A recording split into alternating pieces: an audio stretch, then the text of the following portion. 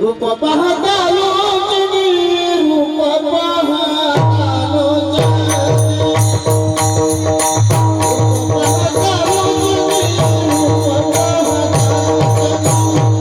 जिकडे पाहे तिकडे देव ऐसा भाव दे काही काय केलो एकदेशी गुणदोषी संपन्न पडे तेथे तुझ्या पाया करी वायान वजेसे काय केलो एकदेशी गुणदोषी संपन्न तुका म्हणे विषमे सारी तुका म्हणे विषमे सारी ठाणे धरी जीवासी काय केलो एकदेशी गुणदोषी संपन्न पांडुरंगा करो प्रथम नमन पांडुरंगा करो प्रथम नमन सरी चरणा संताचिया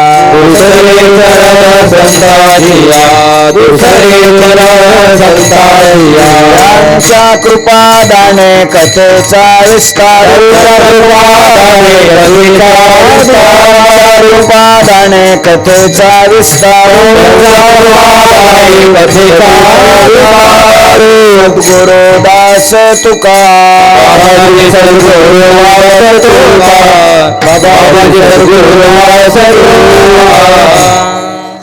नमो सद्गुरु तुकया ज्ञान दीपा नमो सद्गुरु सच्चिदानंद रूपा नमो सद्गुरु भक्त कल्याण मूर्ती नमो सद्गुरु भास्करा पूर्ण कीर्ती शेवे लागी सेवक झालो तुमच्या लागलो निज चरणा अहो स्वामी तुकया देवा यावरी नकरावा अव्हेरू सकळ ही तीर्थे निवृत्तीचे पायी सकळ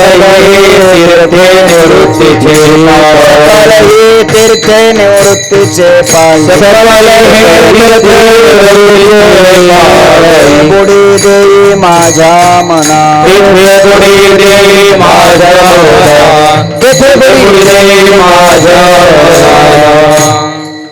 जिकडे पाहे तिकडे देव ऐसा भाव दे काही काय केलो एकदेशी गुणदोषी संपन्न अनंत कृपा विभूषित विश्ववंद्य विश्वसंत संत श्रेष्ठ जगद्गुरु श्री तुकोबाराय यांच्या अभंग गाथेतील 4 चरणाचा अभंग सेवेकरिता घेतलेला आहे.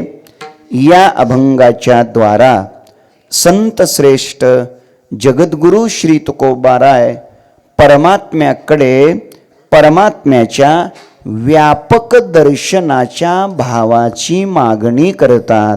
विठ्ठल विठ्ठल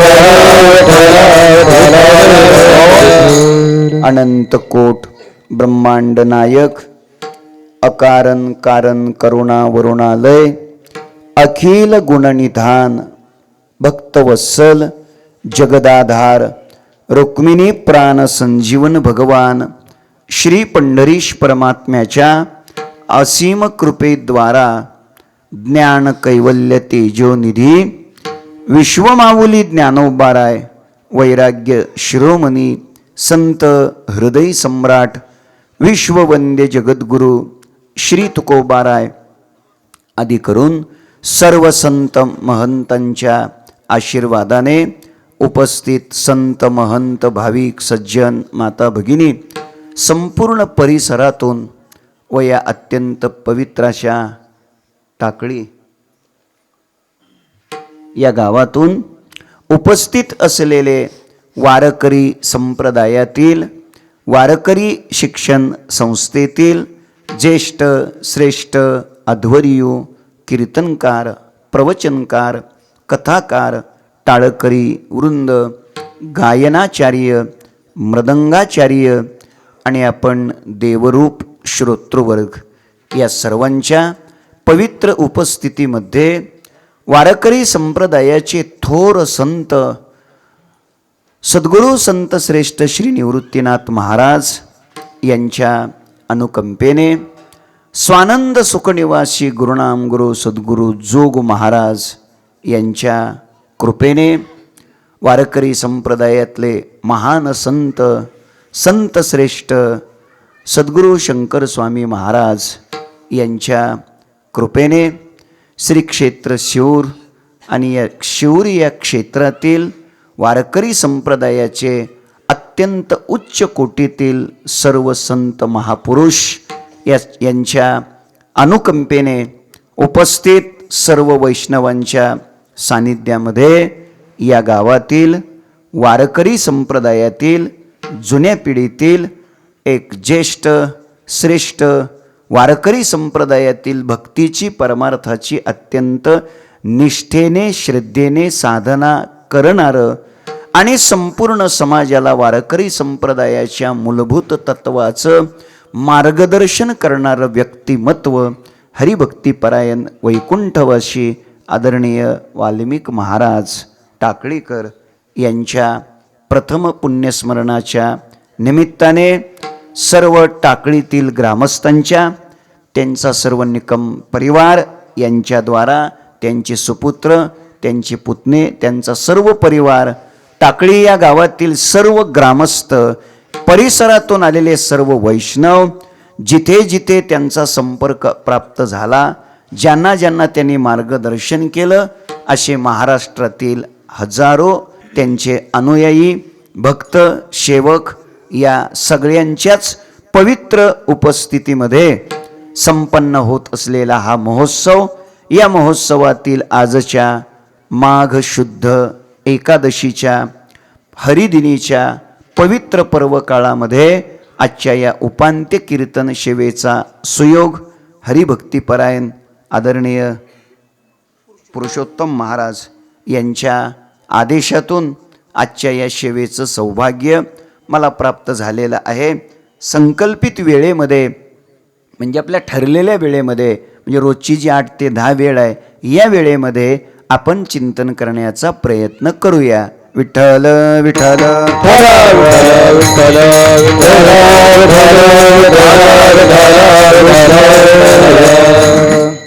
अत्यंत निष्ठेने आणि श्रद्धेने आपण सर्व वैष्णव या ठिकाणी उपस्थित आहात.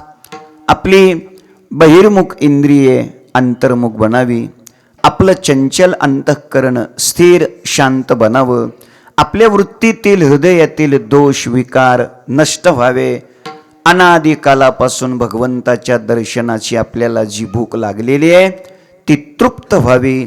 देवामध्ये आणि आपल्यामध्ये अनुभूतीच्या दृष्टीनं जे करोडो किलोमीटरचं अंतर आहे ते अंतर हळूहळू हळूहळू कमी व्हावं. शताएका तरी जन्माच्या शेवटी कृपाळुआ पोटी येईल दया. भगवान श्री पंढरीरायाला आपली दया यावी. स्वप्नात का होईना येऊन प्रभूनं आपल्याला दर्शन द्यावं आणि आपला अनंत जन्माचा प्रवास पूर्ण व्हावा या स्वच्छ अपेक्षेनेच आपण सर्वजण या धर्ममंडपात उपस्थित आहात. मी आपणा सर्वांच्या चरणकमली अंतःकरणपूर्वक वंदन करतो. वारकरी संप्रदायातील वारकरी शिक्षण संस्थेतील या संपूर्ण परिसरातील ज्येष्ठ श्रेष्ठ जुनी जाणती कीर्तनकार प्रवचनकार मंडळी या ठिकाणी समोर येऊन बसलेले आहेत, टाळ घेऊन उभे राहिलेले आहेत. अशा सगळ्या ज्येष्ठ श्रेष्ठ गुरुबंधूंच्या गुरुतुल्य व्यक्तिमत्व या ठिकाणी उपस्थित आहेत. या सर्वांच्या चरणी मी हृदयापासून नतमस्तक होतो. आपल्या सर्वांचे भीष्माचार्य आदरणीय उत्तमांना या ठिकाणी उपस्थित आहेत, त्यांच्या चरणी नतमस्तक होतो. हत्ती के पाव में सबके पाव आणि म्हणून आपल्या सगळ्यांच्या प्रती हृदयापासून वंदन करतो. वारकरी संप्रदायातील अत्यंत गोड अशी भजन म्हणणारी गुरुबंधू टाळकरी मंडळी या ठिकाणी टाळ घेऊन उभे आहेत. या सर्व गायनाचार्यांच्या, माझ्या पाठीमाग असलेले सगळे वारकरी शिक्षण संस्थेतले विद्यार्थीवृंद यांच्या विनेकरी आपण या सर्व टाळकऱ्यांच्याही चरणी नतमस्तक होतो. अत्यंत स्वरबद्ध, लयबद्ध, तालबद्ध असा मृदंग वाजवणारे मृदंगाचार्य उपस्थित आहेत. त्यांच्याही चरणी मी मनापासून वंदन करतो. सर्व माझे जमलेले गुरुबंधू या सगळ्यांचे चरणी नतमस्तक होतो. वारकरी संप्रदायातली साधना करणारी ज्येष्ठ श्रेष्ठ मंडळी या संपूर्ण विभागातून या ठिकाणी उपस्थित आहेत. आपल्या सर्वांच्या चरणी, विशेष करून आज चांदवड तालुक्यातून परसुलकर सुद्धा या ठिकाणी एवढ्या दूरहून उपस्थित आहेत. म्हणजे त्यांच्यामुळं मी येऊ शकलो आहे. त्यांच्याही चरणी मी हृदयापासून नतमस्तक होतो आणि आपल्या संकल्पित वेळेमध्ये अभंगाचं चिंतन करण्याचा प्रयत्न करतो. विठ्ठल विठ्ठल विठ्ठल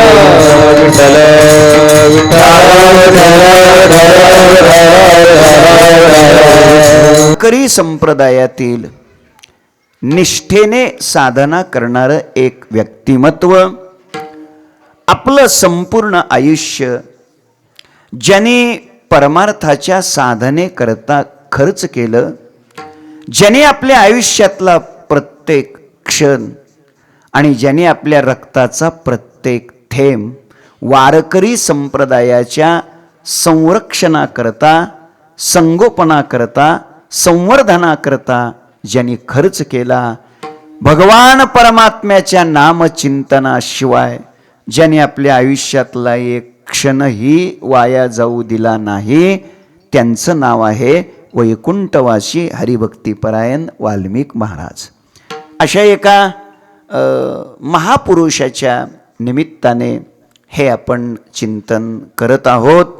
संपूर्ण परिसराला, संपूर्ण विभागाला वारकरी संप्रदायाची साधना कशी करावी याचं एक मार्गदर्शन ज्यांच्यामुळे लाभलं, आयुष्याच्या शेवटच्या क्षणापर्यंत ज्यांनी भगवान परमात्म्याची नामचिंतनाची साधना जीवनामध्ये केली, अशा एका स्वच्छ, प्रेमळ, सात्विक, निर्मळ, निरागस अशा या व्यक्तिमत्वाचं एका अर्थाने आपण इथे पुण्यस्मरण करत आहोत.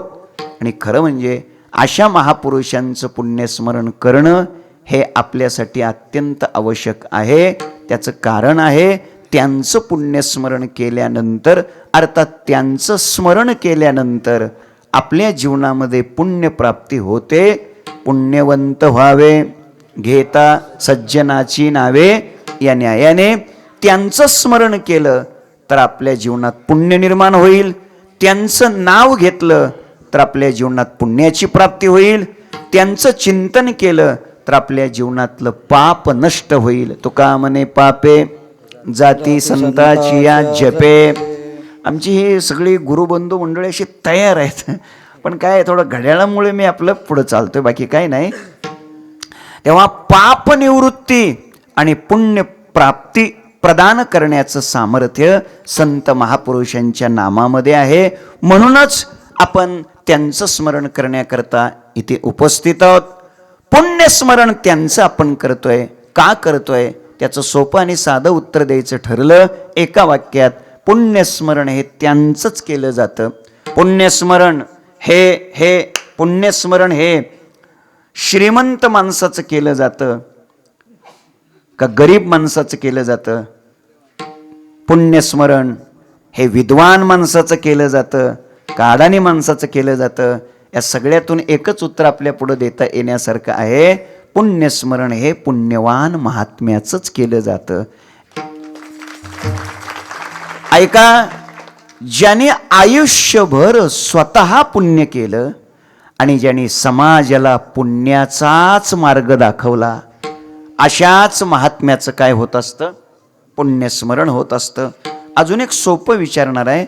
पुण्यस्मरण, पुण्यतिथी ही जिवंत माणसाची केली जाते का मेलेल्या माणसाची केली जाते? आत्ता बोला.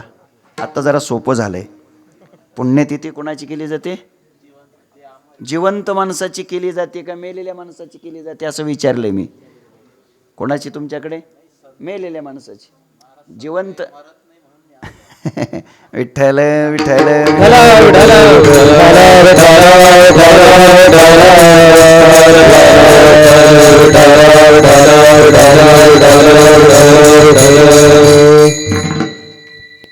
तर मग पुण्यतिथी मग जिवंत माणसाची का मेलेल्या माणसाची? आता संताची नाही विचारलं मी. जिवंत माणसाची करतात तुमच्या इकडं का मेलेल्या माणसाची करतात? मेलेल्या माणसं असं बोलत जा. कोणाची करतात? मेलेल्या माणसाची करतात. तर मग टाकळीमध्ये मेलेली माणसं किती आहेत? नाही, मेलेल्या माणसाची जर पुण्यतिथी करतात असं तुमचं म्हणणं असेल तर टाकळीमध्ये मेलेली माणसं किती आहेत सांगता येईल आकडा? नाही. नांदगाव तालुक्यात मेलेली माणसं किती आहेत सांगता येईल? नाही सांगता यायचं. नाशिक जिल्ह्यात नाही सांगता यायचं. मी सांगतो. नांदगाव तालुक्यामध्ये मेलेली माणसं किती आहेत ते सांगू का नाशिक जिल्ह्यात मेलेली माणसं किती आहेत ते सांगू का टाकळीतली सांगू? बाबा सांगा लवकर, कुठली सांगू? टाकळीतली. नाशिक जिल्ह्यात ऐका, नाशिक जिल्ह्यात टाकळीत मेलेली माणसं किती आहेत ते सांगतो एका वाक्यात. जी माणसं जिवंत नाहीत ती सगळी मेलेली आहेत. जी जिवंत नाहीत ती सगळी मेलेली आहेत. मग जी जिवंत नाहीत ती सगळीच जर मेलेली आहेत तर त्या सगळ्या मेलेल्या माणसाची पुण्यतिथी होते का? होत नाही. त्याचं उत्तर असं आहे, माणसाचं जिवंतपण हे केवळ त्याच्या चमडीवर, कातडीवर, शरीरावर अवलंबून नाही.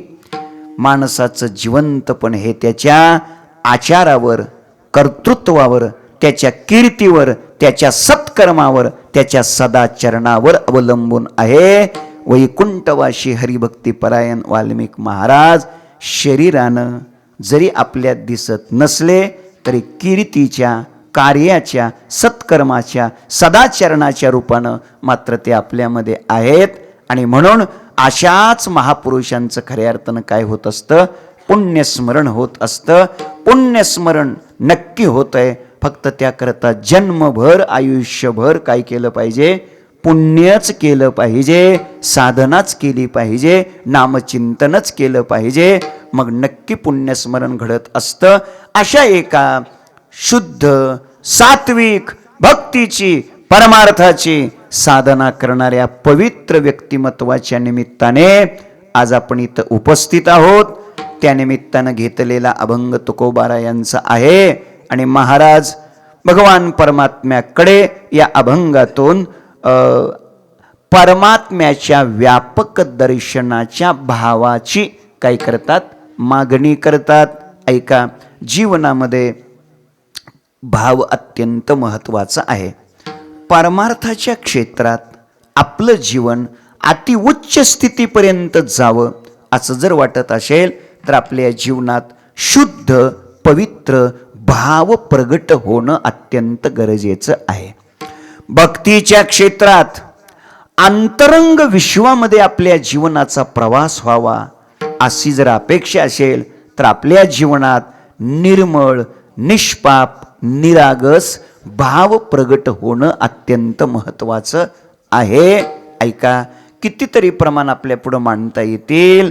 परमार्थात सगळ्यात महत्त्वाचं जर काय असेल, देवा कारणे भाव तस्मात द्यावे न लगे फारसे वित्त, झाले एक चित्त तरी बहुत, एवढ्यासाठी नका करू वाताहतगा, वर्मते ये काहे दृढ धरावा भाव, जाणीव नागवन लागोने दी तो ठाव, म्हणून संग टाकी शेवे अद्वैत भाव, तुका म्हणे मागे संती हाची केला उपाव, काही न लगे एक भावची कारण, तुका म्हणयान विठोबाची भाव बळे आकळे, येरवी नाकळे करतळे आवळे, तैसा हरी भावे विन भक्ती, भक्ती विन मुक्ती, बळे विन शक्ती, बोलू नये तुका म्हणे भाव, जवळी धरुनी आणि देव, भाव ज्याचा शुद्ध ज्याचा भाव झाला, दुरी नाही देव त्याला.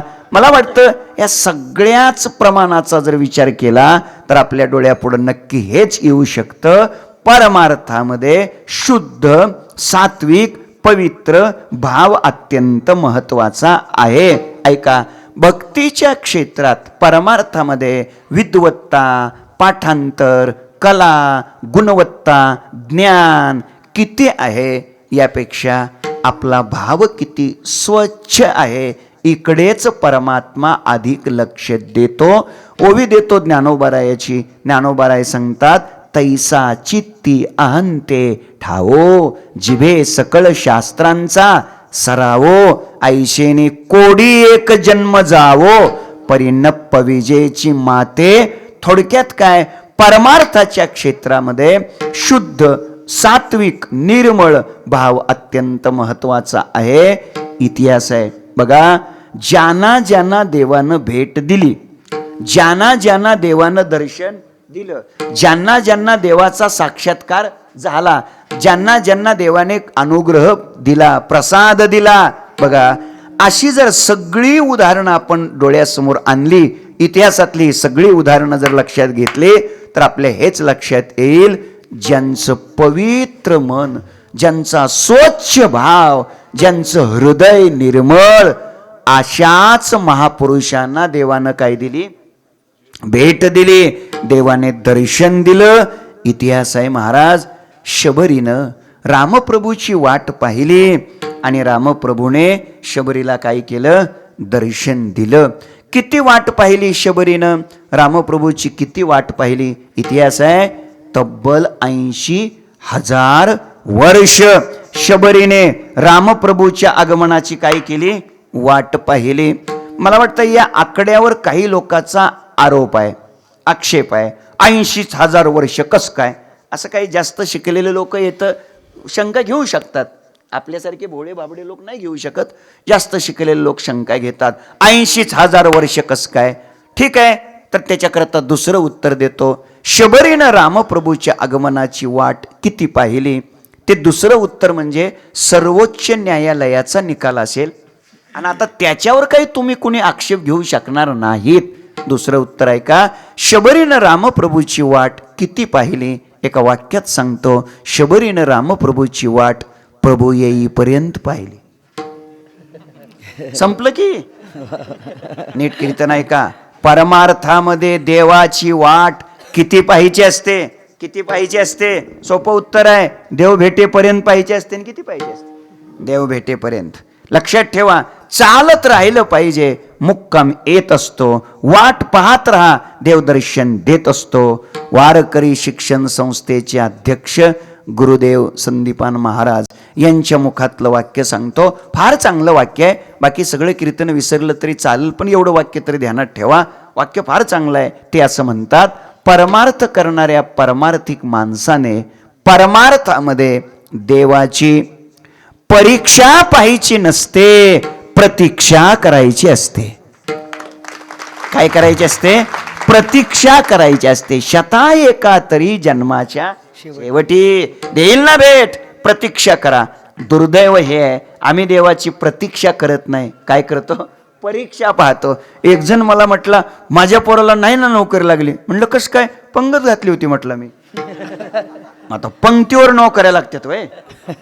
बस आता याच्यातून तुम्ही सगळं काय असेल ते लावून घ्या, बघून घ्या. मुद्दा माझा इतकाच आहे, परमार्थामध्ये प्रतीक्षा करायला शिका. प्रतीक्षा हा परमार्थातला सर्वोच्च टप्पा आहे. वाट पाहायला शिका. पाहे प्रसादाची वाट पाहिली पाहिजे. वाट पाहणं अत्यंत महत्वाचं आहे. अलीकडे कोणी वाट पाहायला तयार नाही, त्याचा विस्तार अधिक करणं बरं वाटत नाही.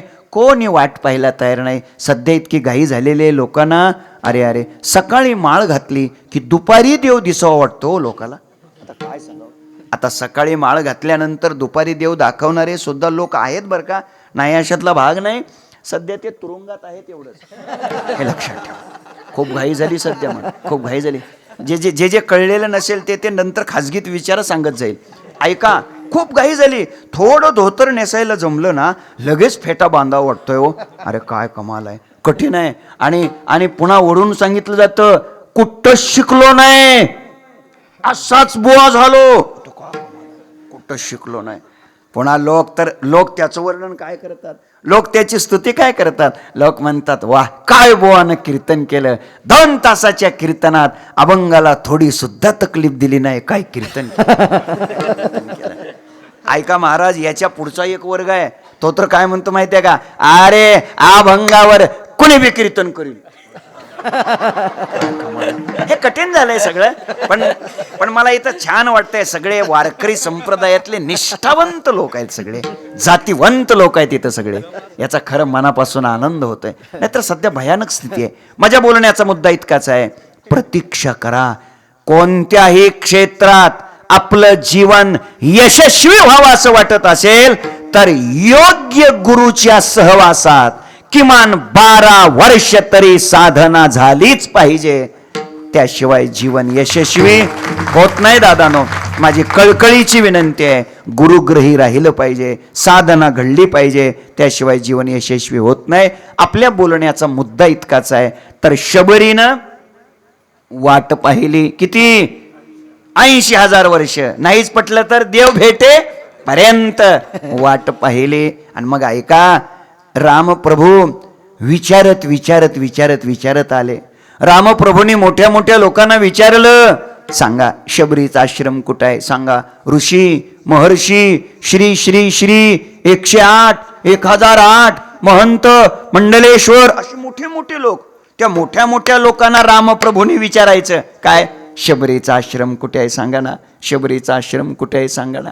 ऐका, ते लोक म्हणायचे, काय शबरी शबरी करतो, आमच्या आश्रमात थांबा, 3.5 कोटीचा आहे आश्रम. आश्रम प्रभू म्हणायचे, नाही नाही, मला शबरीच्या आश्रमात जायचं. ऐका, ते म्हणायचे, काय शबरी शबरी करता, आमची पंचदशी तयार आहे, वृत्ती प्रभाकर झालेला आहे, अद्वैत सिद्धी सुटलेली आहे. वैकुंठवाशी प्रातस्मरणीय गुरुदेव, मृदंगाचे भीष्माचार्य, पूजनीय वैद्य बाबा. काय म्हणायचे, हे शब्द वापरताना ते लय गोड म्हणायचे, पंचदशी झालेली आहे, वरती प्रभाकर सुटलेला आहे, वरती असं गमतीनं म्हणायचे. लक्षात आलं असेल, जुन्या जुन्या लोक असं गमतीनं म्हणायचे. ऐका, रामप्रभू म्हणाले, कोणाचं की, लोक म्हणल्यावर काय शबरी शबरी करता, तिचा हरिपाठ सुद्धा पाठ नाही. काय हरिपाठ सुद्धा पाठ नाही. रामप्रभू म्हणाले, कोणाचं किती पाठ असतं याच्याकडे माझी पाठ असते. मी पाठ किती आहे, पाठांतर किती आहे, इकडं नाही लक्ष देत. अंतरीची घेतो गोडी, अंतरीची घेतो गोडी, टाळी वाजवा. अंतरीची घेतो गोडी, अंतरीची घेतो गोडी, भावाची पाहे डोळे बाबाची. देव सोयरा, देव सोयरा, देव सोयरा, देव सोयरा, बाबाची पाहे डोळे बाबाची. देव सोयरा, देव सोयरा, देव सोयरा, देव सोयरा. अंतरीची घेतो गोडी, पाहे जोडी भावाचे. लक्ष द्या, भगवान परमात्मा गिरीधर लाल तो, भाव का भुका राग कला नाही जानत तुका. महाभागवत भागवताचार्य वैकुंठवाशी परम श्रद्धेय डोंगरेजी महाराज असं म्हणायचे म्हणतात. आपण काही पाहिलं नाही त्यांना मी, पण ते असं म्हणायचे म्हणतात, भगवान तो भावग्राही है. परमात्मा ग्रहण करतो कशाचं, भावाचं. भावग्राही है. अर्थ इतकाच आहे, भक्तीमध्ये भाव अत्यंत महत्वाचा आहे. रामप्रभू गेले, शबरीला भेटले. लक्ष द्या, काय उत्तर दिले. जर कोणाकडे मोबाईल असेल, बहुतेक कोणाकडेच नसेल, पण जर कोणाकडे असेल तर त्याचं नरड दाबून ठेवा आणि एकनाथराव शिंदे साहेबांना सांगा, सध्या मी कीर्तनात आहे, 2 तासाने बोलू. असं बंद करा बरं. आता वाजू देऊ नका, म्हणजे विक्षेप होतो, दुसरं काय नाही. ऐका, आता लक्ष द्या. लक्ष गेले का नाही 2 मिनिटं मातीत. आता हे वेळ महत्वाची आहे ना हो. लक्ष द्या. मुद्दा माझा इतकाच आहे. काय सांगत होतो रे? शबरीला रामप्रभू भेटले. मला उत्तर फक्त इतकंच द्या. शबरीची स्वच्छता, शबरीची विद्वत्ता, शबरीची गुणवत्ता पाहून रामप्रभू शबरीला भेटले का शबरीचा शुद्ध भाव पाहून भेटले? बोला. शुद्ध भाव. एकंदरीत या आतापर्यंतच्या अर्ध्या तासाच्या व्याख्यानातून सिद्ध इतकंच होतंय, या क्षेत्रात परमार्थामध्ये बाकीचं थोडं कमी असलं तरी चालेल, पण आपलं हृदय, आपलं अंतःकरण अत्यंत पवित्र पाहिजे आणि भाव स्वच्छ पाहिजे. त्याशिवाय परमात्मा भेटत नाही. शुद्ध भाव शबरीचा असल्यामुळे शबरीनं वाट पाहिली. शबरीनं किती रामप्रभूची वाट पाहिली. ऐका, रामप्रभूच्या वाटेकडे पाहून वाटुली पाहता शिनले ढोळुले, दाविशी पाऊले कैओ डोळा. ऐका, वाट पाहून शबरीच्या डोळ्यात वडस वाढले होते. काय म्हणतात तिकडे? वडस वाढले होते. रामप्रभूची वाट पाहून शबरीनं रामप्रभूचं नामस्मरण इतकं केलं होतं, श्रीराम श्रीराम श्रीराम श्रीराम, एवढं नामस्मरण शबरीनं केलं होतं की अक्षरशः राम नाम घेऊन शबरीच्या जिभेला खड्डे पडले होते. कशाला? जिभेला खड्डे. जागेत राहीत की जिभेला खड्डे पडले होते. किती नामस्मरण केलं असेल हो. आमचं कुठंतरी एवढंसं नामस्मरण असतं तरी आम्ही हिशोब लय मोठा करीत असतो. असं नाही महाराज. माझा मुद्दा इतकाच आहे, लक्षात घ्या. शबरीला रामप्रभू भेटले, शुद्ध भाव पाहून भेटले, संपलं. अर्थ इतकाच आहे. आणि म्हणून भक्तीमध्ये, परमार्थामध्ये, या मंडपात, या क्षेत्रात इथं आल्यावर शुद्ध भाव अत्यंत महत्वाचा आहे. भक्तीच्या क्षेत्रात असे अनेक भाव महत्वाचे आहेत. त्यापैकी एक सर्वोच्च भाव आपल्या जीवनामध्ये प्राप्त झाला पाहिजे.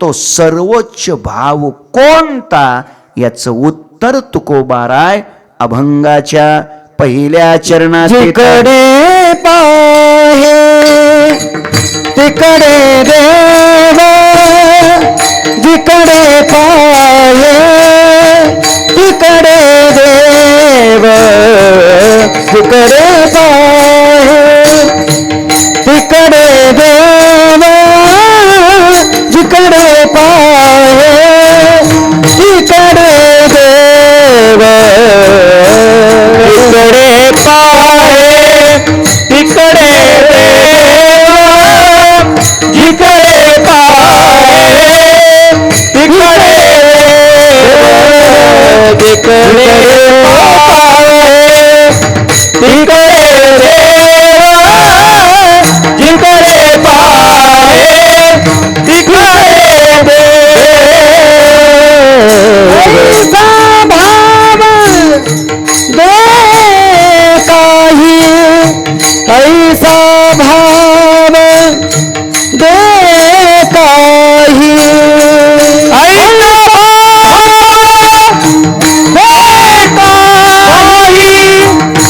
ऐसा भाव दे काही, ऐसा भाव दे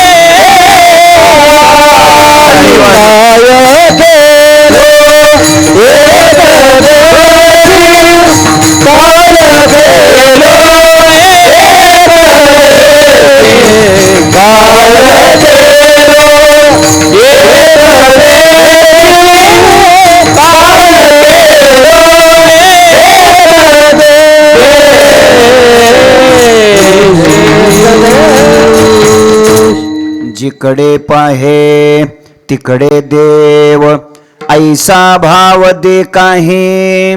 अभंगाच्या पहिल्या चरणामध्ये जगद्गुरु संत श्रेष्ठ श्री तुकाराम महाराज परमात्म्याकडे परमात्म्याच्या व्यापक दर्शनाच्या भावाची मागणी करतात. काय मागितलंय? जिकडे पाहे तिकडे देव. मी जिकडे पाहिल तिकडे मला देव दिसला पाहिजे, असा तुम्ही मला काय द्या? भाव द्या.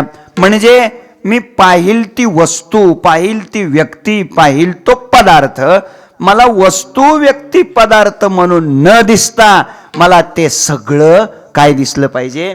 देव दिसलं पाहिजे, असा तुम्ही मला काय द्या?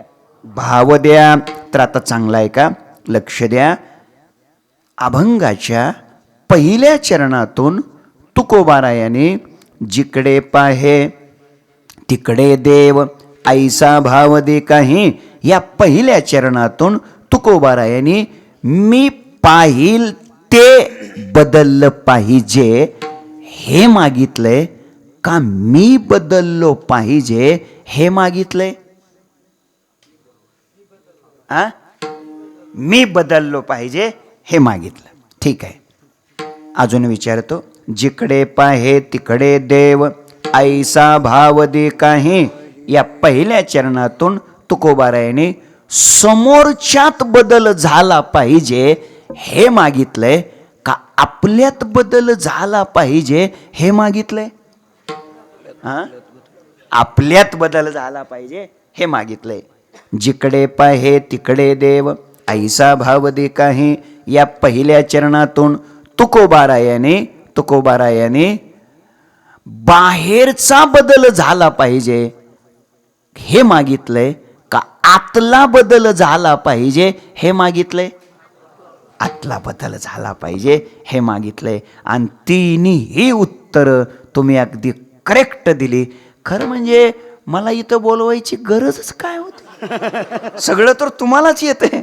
ऐका, तुम्ही उत्तर काय दिलं? मी बदललो पाहिजे 1, आपल्यात बदल झाला पाहिजे 2, आणि आतला बदल झाला पाहिजे 3. ऐका दादानो, जरा लक्ष चांगलं द्या. परमार्थ म्हणजे काय? त्याचं उत्तर एका वाक्यात देतो. मी बदलणं, आपण बदलणं आणि आतून बदलणं, यालाच परमार्थ म्हणतात.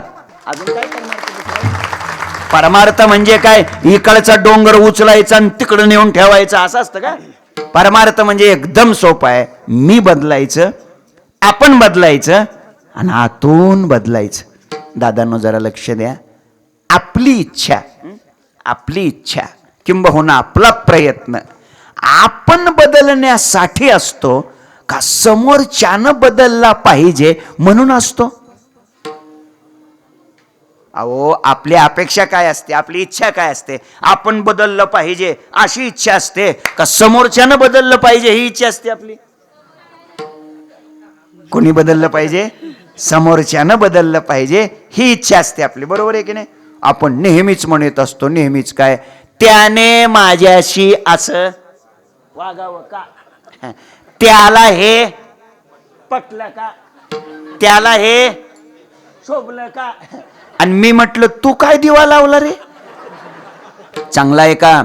आपण नेहमी करता तंतोतंत माप लावत असतो. कोणाला? पुढच्याला, समोरच्याला. आपल्याला माप घ्यायची हौस आहे. नेहमी आपण समोरच्या व्यक्तीचं काय करत असतो?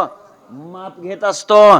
दादानो जागेत तुम्ही, म्हणून माझी विनंती आहे, माप घेण्याचा नादच असेल, माप घेण्याची हौसच असेल, माप घेण्याची खूप इच्छाच असेल, तर कधीतरी आयुष्यात स्वतःचं माप घ्यायला शिका.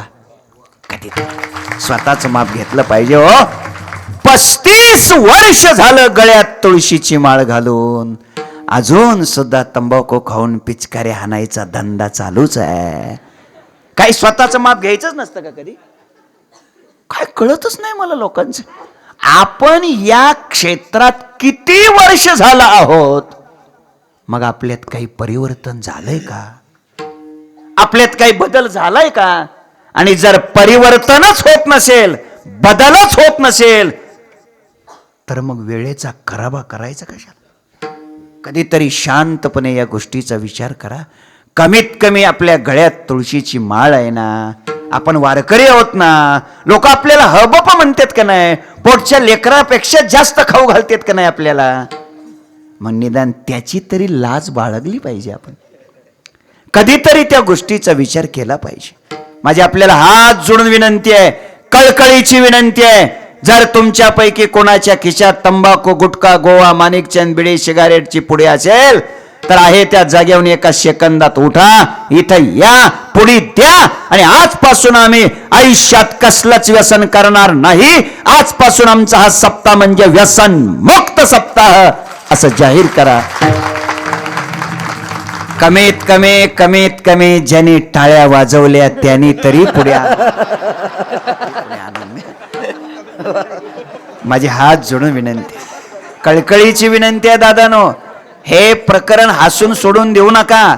वेळ भरपूर आहे म्हणून काहीतरी सांगून वेळ ढकलायची असं सांगत नाही मी. माझी विनंती आहे, मायबाप, कधी परिवर्तन करायचं, कधी बदल करायचं? ज्यांच्या गळ्यात तुळशीची माळ आहे, कमीत कमी अशा तरी लोकांनी ताबडतोब उठा. तुम्ही टाळकऱ्याकडे बघू नका हो, टाळकऱ्याकडे काहीच नाही. होय बाबा, आहे का काय? नाही, अजिबात नाही. चौबदाराकडे तर काहीच नाही. म्हणून लक्षात ठेवा,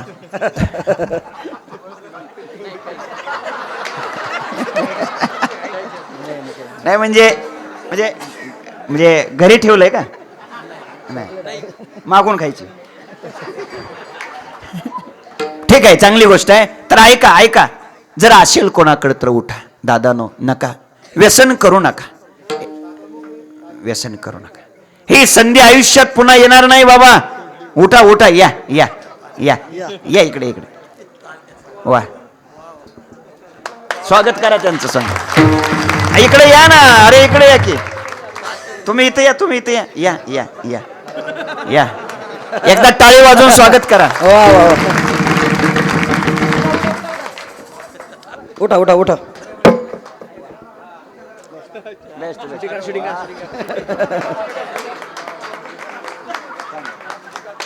चांगली गोष्ट आहे. ऐका, 1 मिनिट ऐका. आता या दोघांनी इथं पुढे आणून दिल्या म्हणजे त्यांनी त्यांच्या आयुष्यातलं एक चांगलं पाऊल टाकलं आज. हे लक्षात ठेवा. त्यांनी धाडस केलं इतक्या लोकांमध्ये व्यसन सोडण्याचं. नीट ऐका, याचा अर्थ या दोघा जणाच्या जवळच आहेत असं नाही. अजून बरेच जण, बरोबर आहे ना, बरेच जण आहेत. माझ्या इकडेच्या बांधवांना विनंती आहे, जरा तरुण मित्रमंडळींना विनंती आहे, जर असेल आपल्यापैकी कोणाकडे, पुढच्यांना विनंती आहे असेल, ऐका तर द्या. काय आहे बघा, मी वाढवत नाही. अधिक आणली काय, पुढे आणली का नाही का?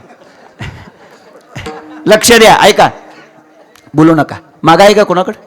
आहे का मागचे लोक? नाही का?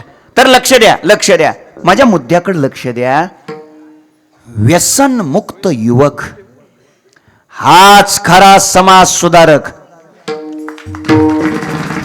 व्यसन मुक्ती हीच खरी समाजाची प्रगती.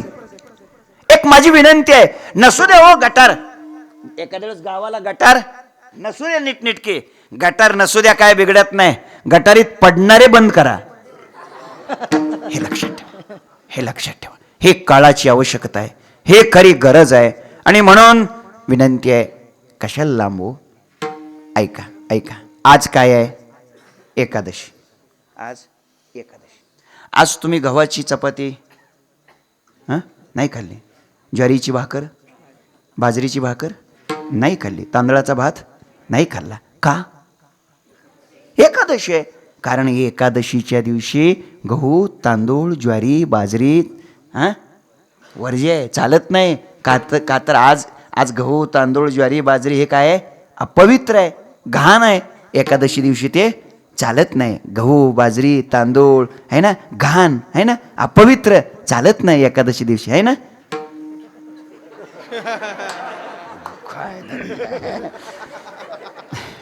निदान बस मी वाढवत नाही, निदान माझी एवढीच विनंती आहे, आजपासून एकादशीची तरी लाज राखा.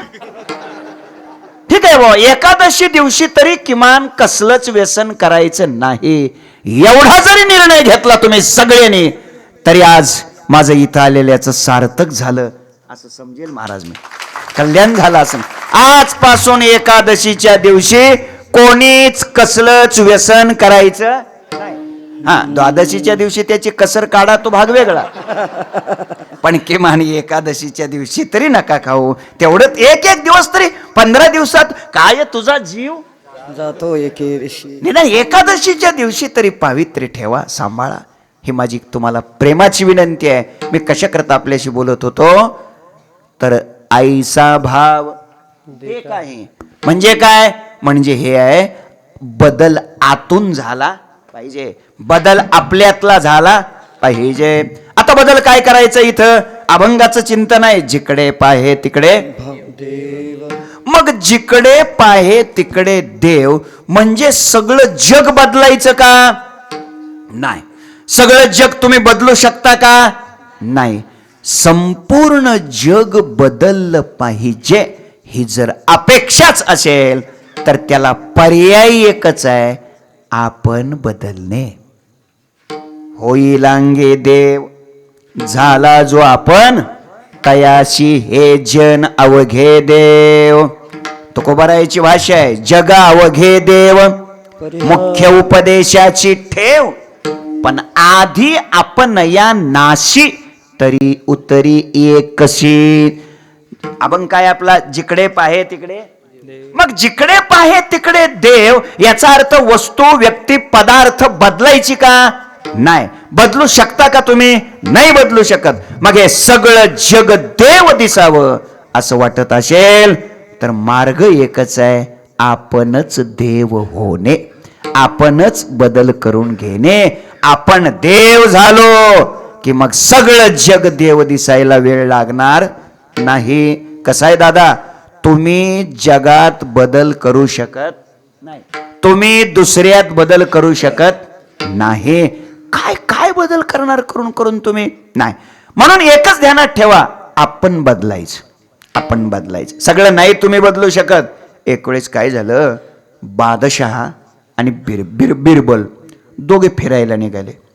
फिरता फिरता बादशाच्या मनात काय आलं कोणास ठाऊक. बादशानं विचारलं बिरबलला, बिरबल हे आपलं नगर हिरवं झालं पाहिजे. नगर म्हणजे अहमदनगर नव्हे, शहर, शहर आपलं काय झालं पाहिजे?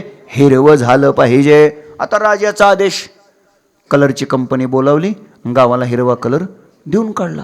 निघाले फिरायला.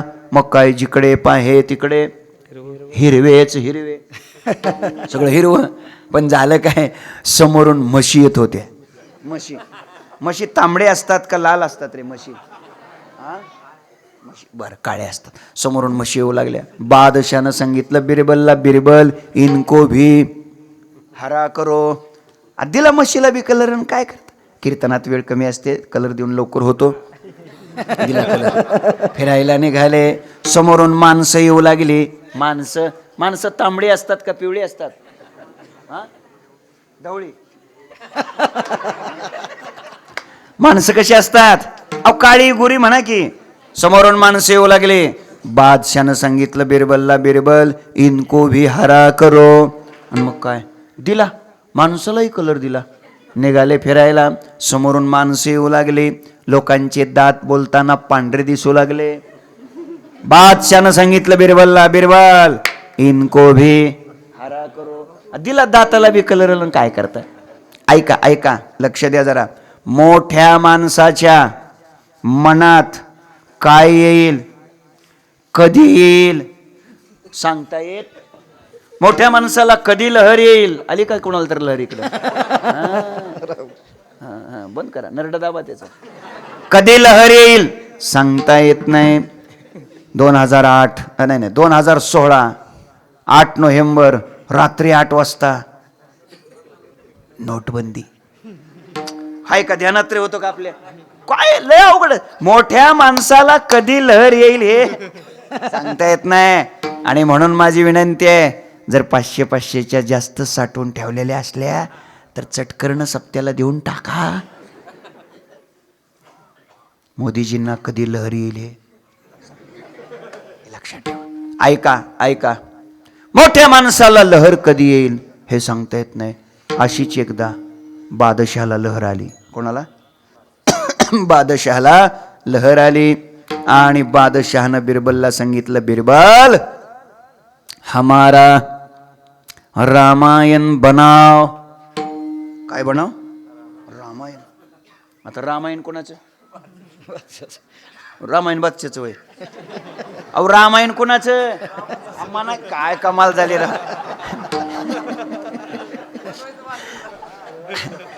रामायण कोणाचं? रामाचं. रामायण कुठं बादशाचं असतं का हो? पण आता सत्ते पुढे शहाणपण चालत नाही. परवा दिवशी निर्यात बंदी उठवली, आज पुन्हा आणली माघारी. काय अवघड असतं ते, काय कळत. चला ऐका, सत्ते पुढं काही चालत नाही. हमारा रामायण बनाव. काय झालं बघा, एक सांगतो, रामायण कोणाचं? अहो रामाचंच क्यों, दुसऱ्याचं कसं रामायण शक्य आहे का? शक्य आहे का मला सांगा.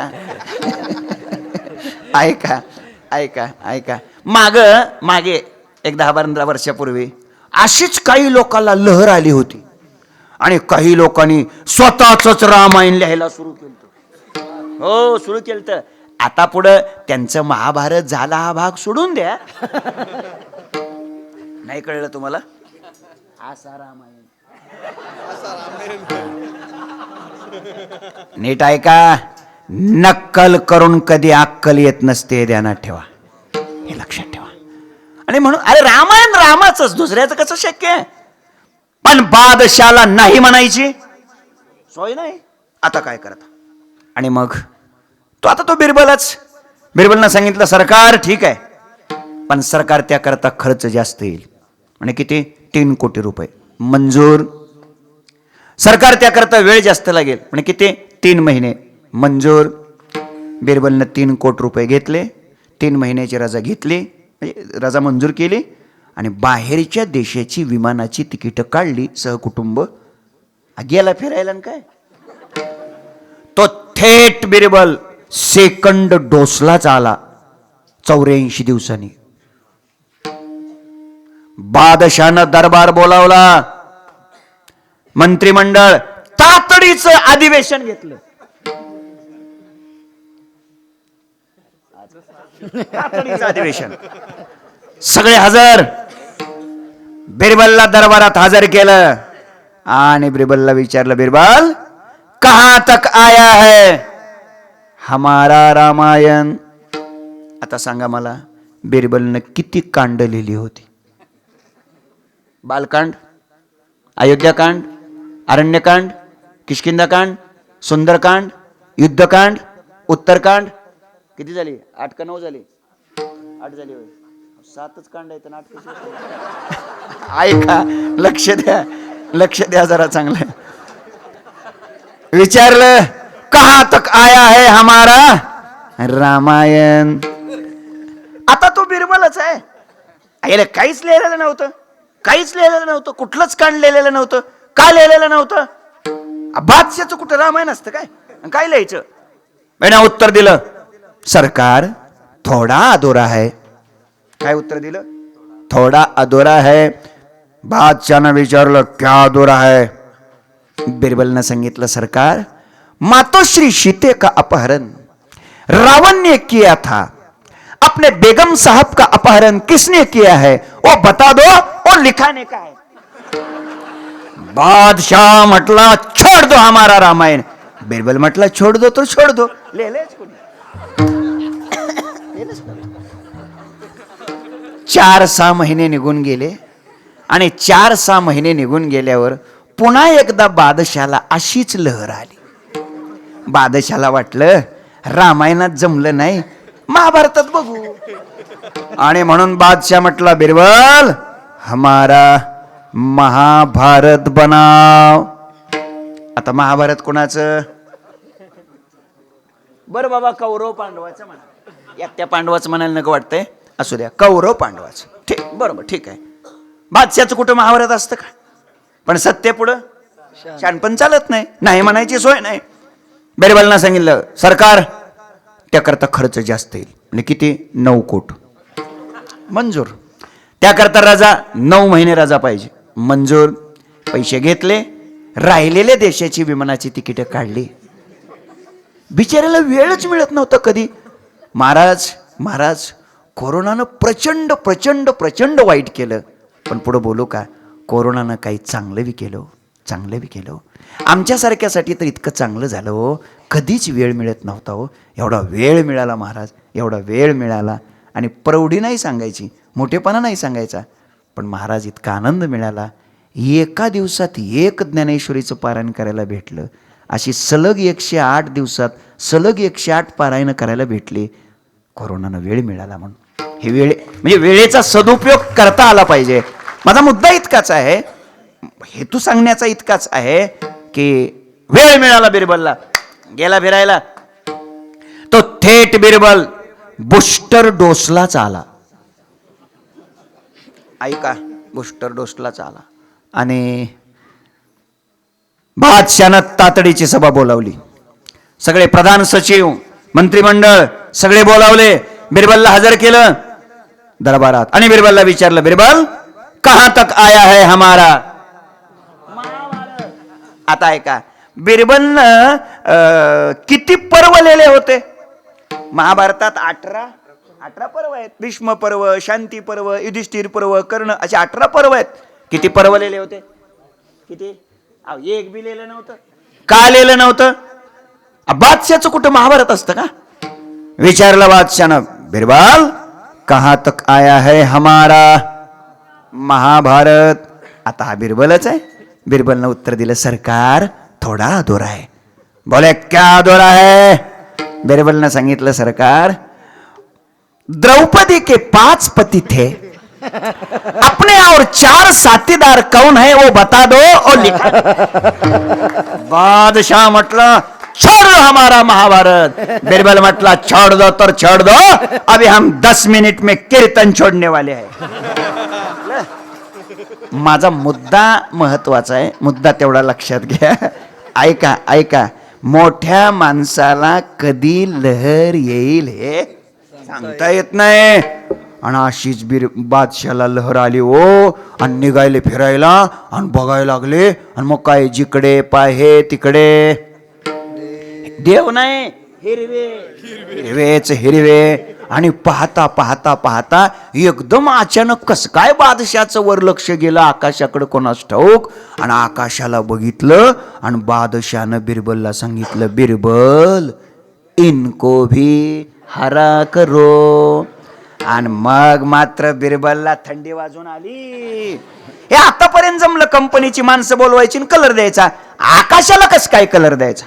आणि मग मात्र बिरबलनं सांगितलं बादशाला, राजे 2 दिवसाची मुदत द्या मला. ठीक आहे म्हणे, दिली मुदत. बिरबल घरी आला, चेहरा पडलेला, चेहरा नाजूक. सौभाग्यवतीनं बघितलं, चेहरा मालकाचा पडलाय, चेहरा नाजूक आहे. माणसाच्या आत काय चाललंय, माणसाच्या मनात काय चाललंय, ह्याची उत्तरी एक कशी. आपण काय आपला जिकडे पाहे तिकडे, मग जिकडे पाहे तिकडे देव, याचा अर्थ वस्तू, व्यक्ती, पदार्थ बदलायची का? नाही. बदलू शकता का तुम्ही? नाही बदलू शकत. मग हे सगळं जग देव दिसावं असं वाटत असेल तर मार्ग एकच आहे, आपणच देव होणे, आपणच बदल करून घेणे. आपण देव झालो की मग सगळं जग देव दिसायला वेळ लागणार नाही. कसं आहे दादा, तुम्ही जगात बदल करू शकत नाही, तुम्ही दुसऱ्यात बदल करू शकत नाही. काय बदल करणार करून तुम्ही? नाही. म्हणून एकच ध्यानात ठेवा, आपण बदलायचं. सगळं नाही तुम्ही बदलू शकत. एक वेळेस काय झालं, बादशाह आणि बिरबल दोघे फिरायला निघाले. फिरता बादशाच्या मनात काय आलं कोणास ठाऊक. बादशानं विचारलं बिरबलला, बिरबल हे आपलं नगर हिरवं झालं पाहिजे. नगर म्हणजे अहमदनगर नव्हे, शहर आपलं काय झालं पाहिजे, हिरवं झालं पाहिजे. आता राजाचा आदेश, कलरची कंपनी बोलावली, गावाला हिरवा कलर देऊन काढला. निघाले फिरायला. मग काय, जिकडे पाहे तिकडे हिरवेच हिरवे. सगळं हिरवं. पण झालं काय, समोरून म्हशी येत होत्या. म्हशी तांबडे असतात का लाल असतात रे म्हशी? बर काळे असतात. समोरून म्हशी येऊ लागल्या. बादशाहनं सांगितलं बिरबलला, बिरबल इनको भी हरा करो. दिला म्हशीला बी कलर. काय करत, कीर्तनात वेळ कमी असते, कलर देऊन लवकर होतो. दिला कलर. फिरायला निघाले. समोरून माणसं येऊ लागली. माणसं तांबडी असतात का पिवळी असतात? ढवळी. माणसं कशी असतात? अहो काळी गोरी म्हणा की. समोरून माणसं येऊ लागले. बादशाहनं सांगितलं बिरबलला, बिरबल इनको भी हरा करो. आणि मग काय दिला, माणसालाही कलर दिला. निघाले फिरायला. समोरून माणसं येऊ लागली. लोकांचे दात बोलताना पांढरे दिसू लागले. बादशाहनं सांगितलं बिरबलला, बिरबल इनको भी हरा करो. दिला दाताला बी कलर. काय करता? ऐका ऐका, लक्ष द्या जरा. मोठ्या माणसाच्या मनात काय येईल, कधी येईल सांगता येत. मोठ्या माणसाला कधी लहर येईल. आली का कोणाला तर लहर इकडं? बंद करा, नरड दाबा त्याचा. कधी लहर येईल सांगता येत नाही. 2008 नाही 2016 8 नोव्हेंबर रात्री 8 वाजता नोटबंदी. हाय का ध्यानात रे होतो का आपल्या? काय लय अवघड. मोठ्या माणसाला कधी लहर येईल हे सांगता येत नाही. आणि म्हणून माझी विनंती आहे, जर 500-500च्या जास्त साठवून ठेवलेल्या असल्या तर चटकरण सप्त्याला देऊन टाका. मोदीजींना कधी लहर येईल हे लक्षात ठेवा. ऐका ऐका, मोठ्या माणसाला लहर कधी येईल हे सांगता येत नाही. अशीच एकदा बादशहाला लहर आली. कोणाला? बादशहाला लहर आली. आणि बादशहानं बिरबलला सांगितलं, बिरबल हमारा रामायण बनाव. काय बनाव? रामायण. आता रामायण कोणाचं? रामायण बादशाचं वय. अहो रामायण कोणाचं? आम्हाला काय कमाल झाली रा.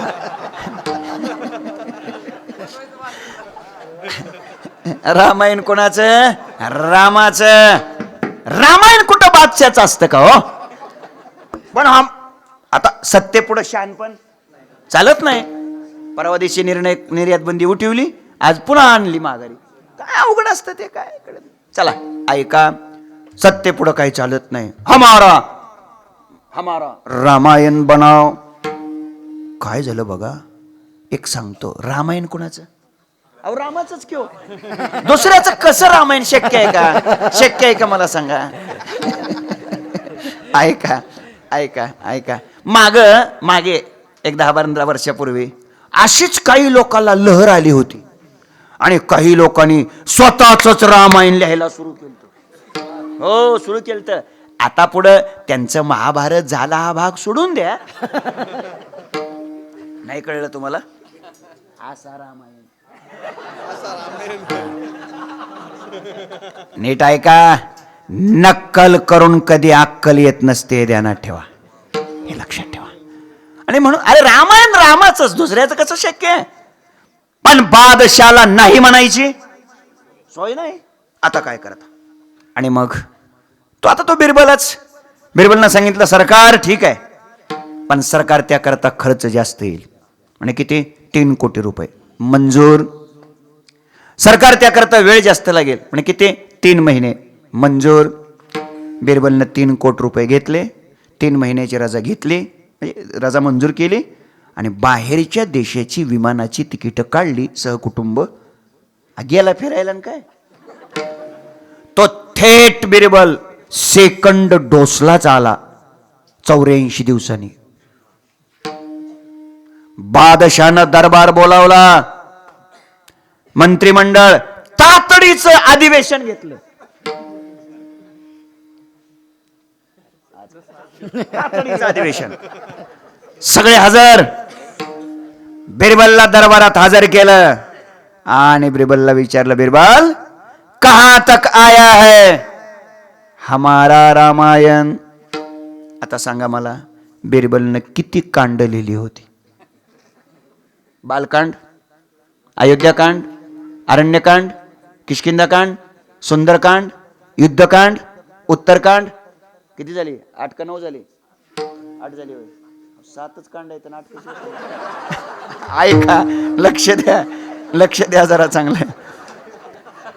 विचारलं कहां तक आया है हमारा रामायण.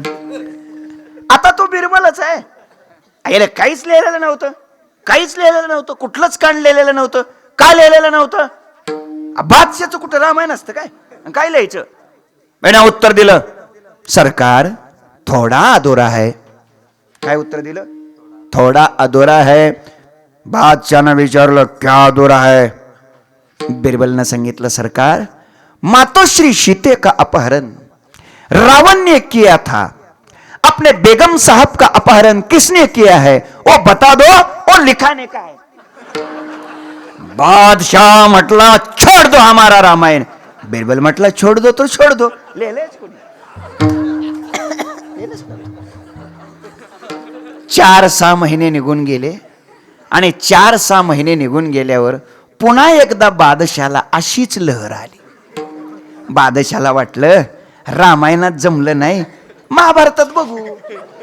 आणि म्हणून बादशाह म्हटला, बिरबल हमारा महाभारत बनाव. आता महाभारत कोणाचं? बरं बाबा, कौरव पांडवाचं म्हणा. एकट्या पांडवाचं म्हणायला नको वाटतंय, असू द्या, कौरव पांडवाचं. ठीक, बरोबर, ठीक आहे. बादशाचं कुठं महाभारत असतं का? पण सत्य पुढं शानपण चालत नाही म्हणायची सोय नाही. बिरबलनं सांगितलं, सरकार त्याकरता खर्च जास्त येईल. म्हणजे किती? 9 कोट. मंजूर. त्याकरता रजा 9 महिने रजा पाहिजे. मंजूर. पैसे घेतले, राहिलेल्या देशाची विमानाची तिकीट काढली. बिचाऱ्याला वेळच मिळत नव्हता कधी. महाराज कोरोनानं प्रचंड प्रचंड प्रचंड वाईट केलं. पण पुढं बोलू का, कोरोनानं काही चांगलं बी केलं. आमच्यासारख्यासाठी तर इतकं चांगलं झालं हो. कधीच वेळ मिळत नव्हता हो. एवढा वेळ मिळाला महाराज, एवढा वेळ मिळाला. आणि प्रौढी नाही सांगायची, मोठेपणा नाही सांगायचा, पण महाराज इतका आनंद मिळाला. एका दिवसात 1 ज्ञानेश्वरीचं पारायण करायला भेटलं. अशी सलग 108 दिवसात सलग 108 पारायण करायला भेटले. कोरोनानं वेळ मिळाला म्हणून. हे म्हणजे वेळेचा सदुपयोग करता आला पाहिजे. माझा मुद्दा इतकाच आहे, हेतू सांगण्याचा इतकाच आहे की वेळ मिळाला बिरबलला, गेला फिरायला. तो थेट बिरबल बूस्टर डोसलाच आला.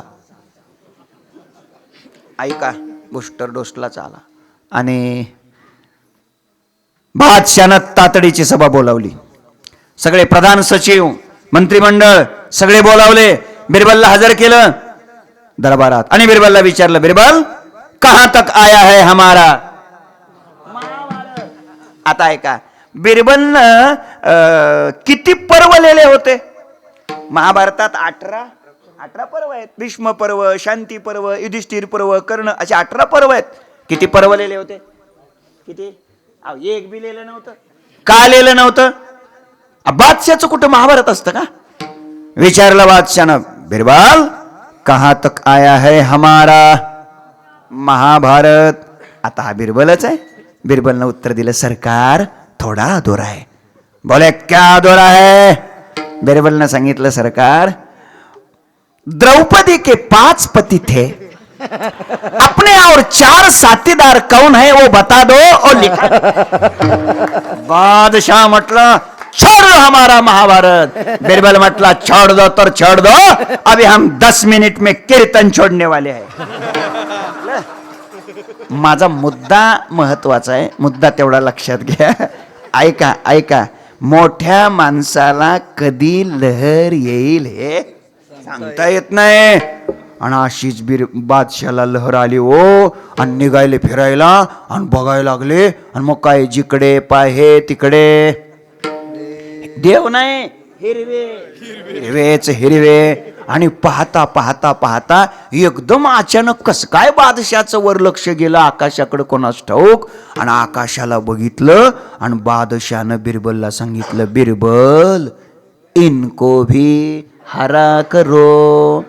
आणि मग मात्र बिरबलला थंडी वाजून आली. हे आतापर्यंत जमलं, कंपनीची माणसं बोलवायची आणि कलर द्यायचा, आकाशाला कस काय कलर द्यायचा. आणि मग मात्र बिरबलनं सांगितलं बादशाला, राजे 2 दिवसाची मुदत द्या मला. ठीक आहे म्हणे, दिली मुदत. बिरबल घरी आला, चेहरा पडलेला, चेहरा नाजूक. सौभाग्यवतीनं बघितलं, चेहरा मालकाचा पडलाय, चेहरा नाजूक आहे, मान करा. कधीतरी गांभीर्यानं. मला लय आनंद वाटला ही पत्रिका आहे, ही कार्यक्रमाची पत्रिका पाहिल्यानंतर. सगळे महात्मे, सगळे साधू, आजचं कीर्तन सोडलं तर सगळे महात्मे, सगळे साधू. आनंद वाटला. माझ्या बोलण्याचा हेतू इतकाच आहे, मुद्दा इतकाच आहे. तर बोला, सगळं आकाश बदललं का? नाही बदललं. मग सगळं आकाश तर कसं दिसत होतं? हिरवं दिसत होतं. उत्तर एकच आहे, आकाश बदलेल का? पण आकाश बदलावं ही जर अपेक्षा असेल तर त्याला एकच पर्याय आहे, आपली दृष्टी बदलली पाहिजे. हिरवा चष्मा घातला, हिरव्या काचेचा चष्मा घातला आणि सगळं आकाश हिरवं दिसलं. हेतू इतकाच आहे, अभिप्राय इतकाच आहे या बोलण्यातला.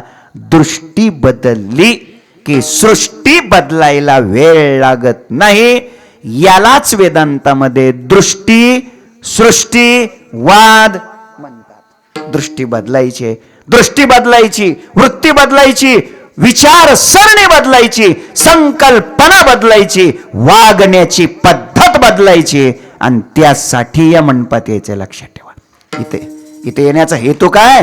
वागण्याची पद्धत बदलायची, विचारसरणी बदलायची. आमचे वैकुंठवासी प्रातस्मरणीय गुरुदेव घुले बाबा, विठ्ठल महाराज घुले बाबा, त्यांच्या मुखातलं वाक्य सांगतो.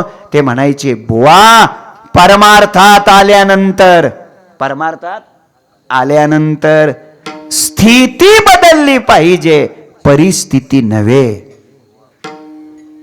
काय बदलली पाहिजे? स्थिती बदलली पाहिजे, वृत्ती बदलली पाहिजे. तर ऐका, जिकडे पाहे तिकडे देव, ऐसा भाव दे काही. जिकडं पाहिल तिकडं देव होण्याकरता आपली वृत्ती, आपलं अंतःकरण बदललं पाहिजे. ऐसा भाव दे काही. एक छोट विचारतो, मुळात जिकडं पाहू तिकडं देव नाही का? अणुअणुत, रेणुरेणूत, कणाकणात, प्रत्येक वस्तूमध्ये कोण आहे? देव आहे. सगळी प्रमाण पाठ आहेत. विठ्ठल जळी स्थळी भरला, विठ्ठल विस्तारला, जनी सर्वा घटी कहा पगडारू, वगैरे वगैरे. सगळीकडे मुळात कोण आहे? देव आहे. हे हे हे हो हे माईक, हे माईक. आता हे माईक आहे, हे मला माहित नाही का बरं? अहो, ते पहिलेच उत्तर बरोबर होतं, देव. काय गंमत अशी आहे बघा, प्रत्येक वस्तूत देव आहे असं आत्ताच म्हणलो आपण. पण हे काय म्हणून विचारलं की माईक सांगायला लागलो. याचा अर्थ काय आहे? याचा अर्थ इतकाच आहे, सगळीकडे देव आहे, पण आम्हाला मात्र तसं वाटत. का वाटत नाही? देव असूनही देव का दिसत नाही? का दिसत नाही? ए दादा, सोपं थोडं तुला विचारतो, घाबरू नको, सांग. काय घाबरू नको. आकाशातल्या चांदण्या, माझा ऐक, आकाशातल्या चांदण्या काळे असतात का लाल असतात? घाबरू नको, मोकळे मनानं सांग. इकडे बघ. पोरग मराठी शाळेत दिसते बरं का बहुतेक. मराठी शाळेतच आहे ना? हा, ढवळे असतात, पांढरे असतात. अभिनंदन, आभारी आहे तुझं. पण कधी कधी त्या पांढऱ्याच चांदण्या एखाद्या पाहणाऱ्या माणसाला पिवळ्या दिसतात. बरोबर, पिवळ्या दिसतात. आता हे तुला नाही कळायचं, यांना कळतंय. ना तरी दिटी वेदली कवळे, तै चांदण्या ते म्हणे पिवळे, ठेवी माझ्या स्वरूपी निर्मळे देखती दोष. जरा ऐका, सिद्धांत काय आहे? चराचरात अणुअणुत कणाकणात कोण आहे? देव आहे. मग दिसत का नाही? त्याचं उत्तर चाललंय आपलं. मुळात चांदण्या कशा आहेत? पांढऱ्याच आहेत, पण आम्हाला पांढऱ्या दिसत नाहीत. का दिसत नाहीत? आमच्या दृष्टीत दोष आहे. कावीळ झाल्यामुळं पांढऱ्या चांदण्या पिवळ्या दिसतात. बघा, चला अजून विचारतो. गाईचं दूध तिखट असतं का आंबट असतं? गाईचं दूध कसं असतं? पांढरं असतं. पांढरं असतं म्हणतो गाईचं दूध. चौहीन. जरशाच गाय आहे ते काय तुझ्या घरी? हा तेव्हा होय म्हणतो ते, जरशाच गाय आहे त्याच्या घरी. त्याचं काय चुकलंय? जरशा गाईचं दूध चवहीन असतं. आणि म्हणून मायबाप विनंती आहे, अरे दूध प्यायला एखादी गावरान गाय घे आता. तर ऐका गाईचं दूध कसं आहे? गोड आहे, गोड. पाहे पा दूध पवित्र आणि पण आता ऐका, ते गोडच दूध, ते गोडच दूध कधीत कधी एखाद्या पिणाराला म्हणजे अहो दूध पिणाराला हो, अरे अरे अरे अरे ते कसं लागतं? कडू लागतं, कडू. माझी भाषा नाही ज्ञानोबा राहायची आहे. ना तरी ज्वरे विटाळले मुख, ते दुधा ते म्हणे कडू विख, तेवी आमानुषा मानुष मानिती माते. चला ऐका, पांढऱ्याच चांदण्या हा कावीळ झाल्यामुळं पिवळ्या दिसतात, गोडच दूध ताप आल्यामुळं कडू लागतं. उत्तर द्या, दोष चांदण्याचा का पाहणाऱ्याचा? दोष दुधाचा का दूध पिणाऱ्याचा? अगदी तसं चराचरातल्या प्रत्येक वस्तूत, व्यक्तीत, पदार्थात मुळात सगळीकडे देव आहेच. पण आम्हाला दिसत नाही. दोष देवाचा का आमच्या अंतःकरण वृत्तीचा? बोला, आमच्या अंतःकरण वृत्तीचा. आणि म्हणून सगळीकडे देवाचं दर्शन व्हावं असं जर वाटत असेल, सगळीकडे समतेचं दर्शन व्हावं असं जर वाटत असेल, तर आमच्या अंतःकरणातली विषमता, दोष निघून गेले पाहिजेत. तुम्ही जागेत. दृष्टी स्वच्छ झाली की चांदण्या पांढऱ्याच आहेत, त्याला काय कलर द्यावा लागत नाही. जीभ निरोगी झाली की दूध गोडच आहे. तसा अंतःकरण वृत्ती निर्मळ झाली की जिकडे पाहे तिकडे देव आहेच. म्हणजे कीर्तन कुठपर्यंत आलंय? इथपर्यंत आलंय. अंतःकरण वृत्तीतले दोष बाजूला गेले पाहिजेत. आणि म्हणून तुकोबाराय देवाला प्रार्थना करतायत की भगवान तुम्ही काय करा, तुम्हीच या माझ्या हृदयात ठाण मांडून बसा आणि माझ्या वृत्तीतली, हृदयातली विषमता म्हणजे दोष म्हणजे विकार तेवढे काय करा, बाजूला सारा. ही प्रार्थना जगद्गुरु तुकोबाराय सेवेकरिता घेतलेल्या अभंगाच्या शेवटच्या विषमे सारी, तुका म्हणे विषमे सारी, तुका विषमे सारी, तुका विषमे सारी.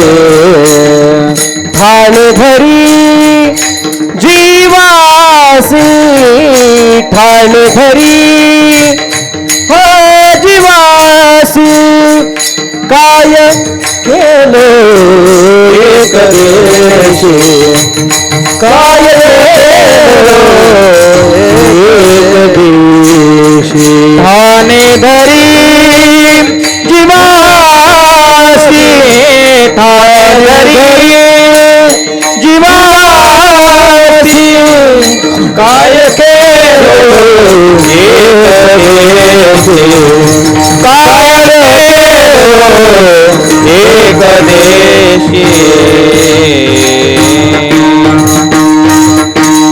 बार कुमारी कुमार कुमार कुमार कुमार कुमार कुमार कुमार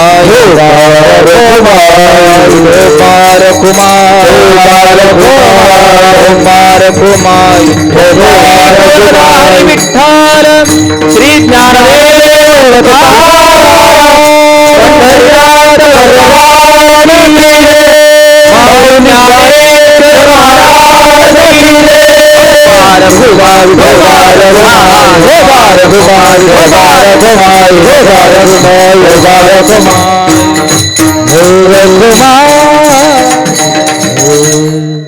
तुका म्हणे विषमे सारी ठाणे धरी जीवासी.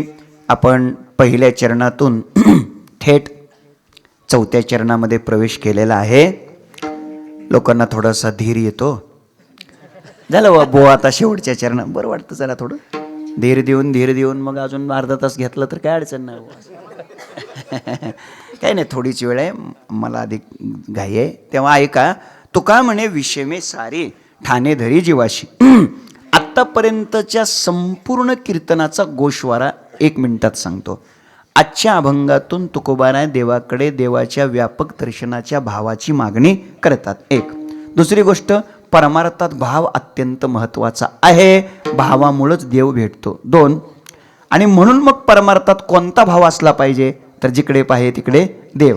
म्हणजे या पहिल्या चरणातून अंतःकरणातल्या आपल्या बदलाची मागणी केलेली आहे. जिकडे पाहे तिकडे देव दिसावा. याचा अर्थ जिकडे पाहे तिकडे देव नाही का? आहे. मग दिसावा का म्हणाले? त्याचं उत्तर आहे आपल्याला दिसत नाही. का दिसत नाही? दोष देवात आहे का आपल्या अंतःकरण वृत्तीत? आपल्या अंतःकरण वृत्तीत. कशाप्रमाणे?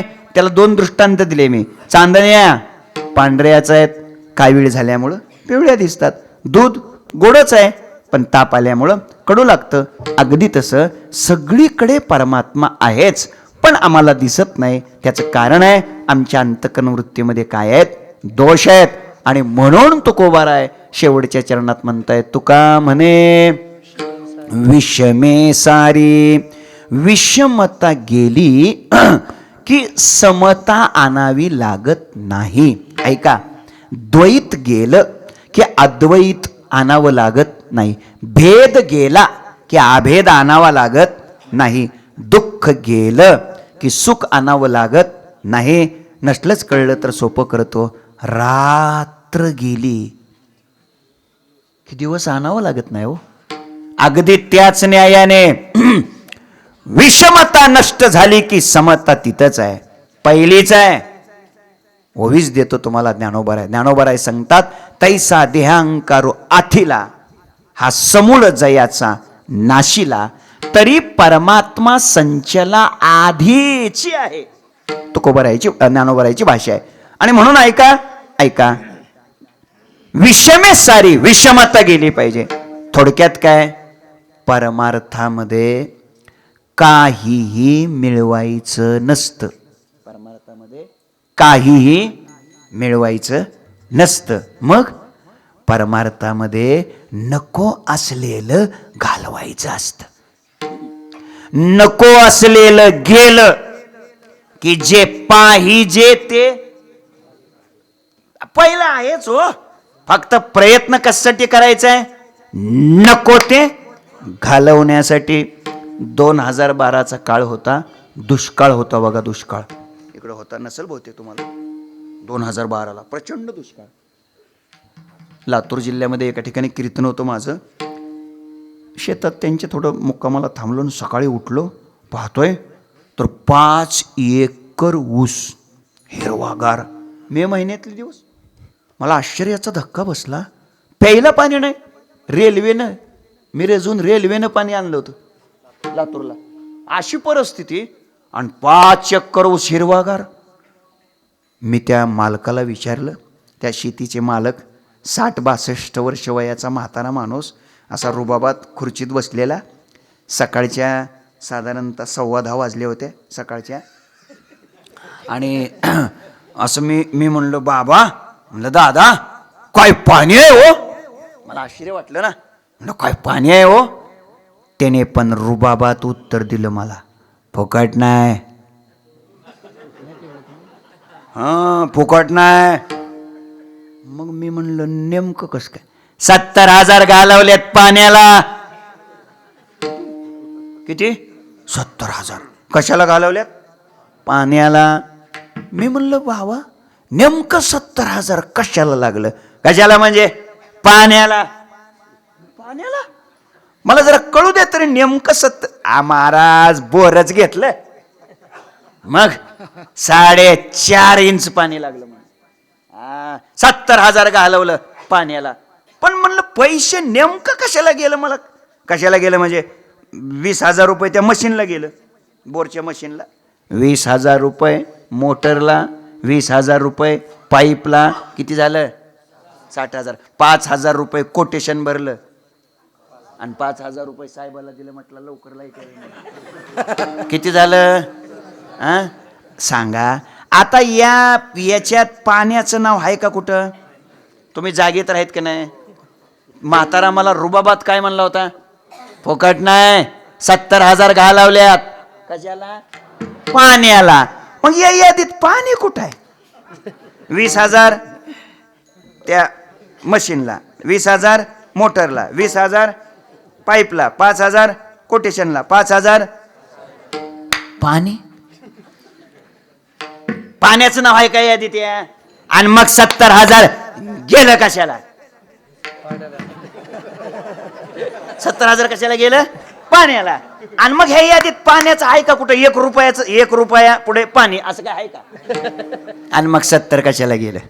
आता उगं कशाला लय लांबत बसू. ऐका ऐका ऐका ऐका, या यादीत पाण्याचं नाव आहे का? म्हणजे पैसे पाण्याला गेलं का? आणि मग कशाला गेलं? ऐका, उत्तर याचं इतकंच आहे, सांगू का तुम्हाला? पाणी पाणी फुकटच आहे. पाणी फुकटच आहे. लक्षात ठेवा, अजून पाण्यानं पाणीपट्टी मागितलेली नाही. पाणीपट्टी गोळा करणारे गडी दुसरेच आहेत. पाणी कुठं मागते? पाणी पाणी फुकटच आहे. आणि मग 70 कशाला गेलं? उत्तर इतकंच आहे, 70 याला गेलं पाण्याच्या आपल्या मध्ये आडवं असलेलं दगड मातीचं कपाळ बाजूला काढायला. 70 कशाला गेलं? मध्ये आडवं असलेलं गबाळ बाजूला. जाऊ द्या, पुढे बोलू का मी तुम्हाला? अजून सांगतो, देव देव फुकटच आहे. देव घ्या फुका, देव घ्या फुका, देव फुकटच आहे. आणि उद्या 5 वाजता कार्यकर्त्याने हिशोब मांडला सप्त्याचा, 3.5 लाख रुपये सप्ताहाचा खर्च. तेवढ्यात एक जण उभा बजा खाली, काय लागले सांगायला 3.5 लाख रुपये खर्च म्हणून. रात्रीच बार्शीच्या बोवानं सांगितलंय देव फुकटच आहे म्हणून. घाबरू नका कार्यकर्ते, मी तुमच्या बाजूने आहे. अगदी बरोबर आहे, देव फुकटच आहे. 3.5 लाख गेलं कशाला? देवाच्या ना आपल्या मध्ये असलेलं गबाळ बाजूला काढायला. अजून बोलू का तुम्हाला? अजून बोलतो, कीर्तन कीर्तन फुकटच आहे. बोला ना राव, बोला ना. कीर्तन फुकटच आहे. मग पैसे कशाला लागतात? भाड्याला.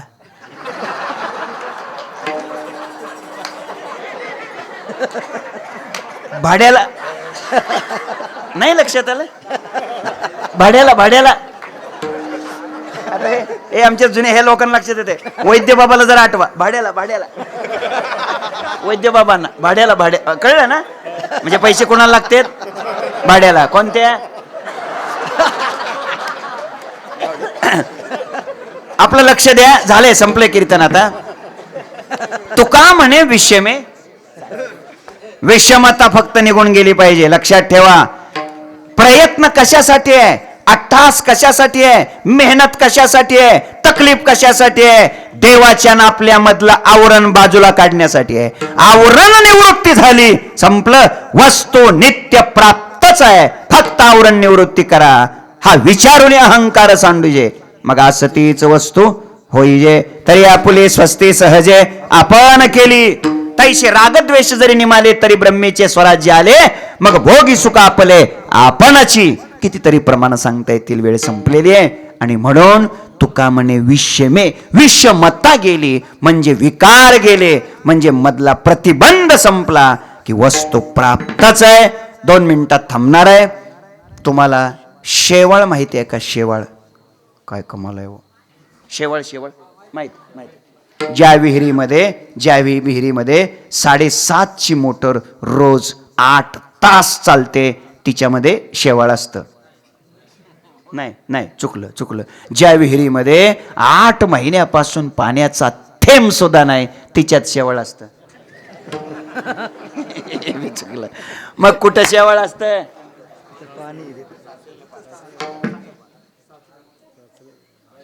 सांगतो, ज्या विहिरीतल्या पाण्याचा उपसा नाही, काय नाही, उपसा नाही, तिथं काय असतं? शेवाळ असतं.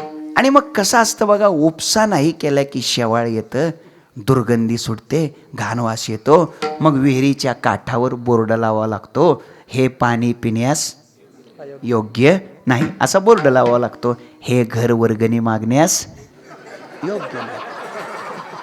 उपसाच नाही ना, उपसाच नाही, घाण वास येतो. मायबाप, माझी विनंती आहे, थोडा उपसा करायला शिका.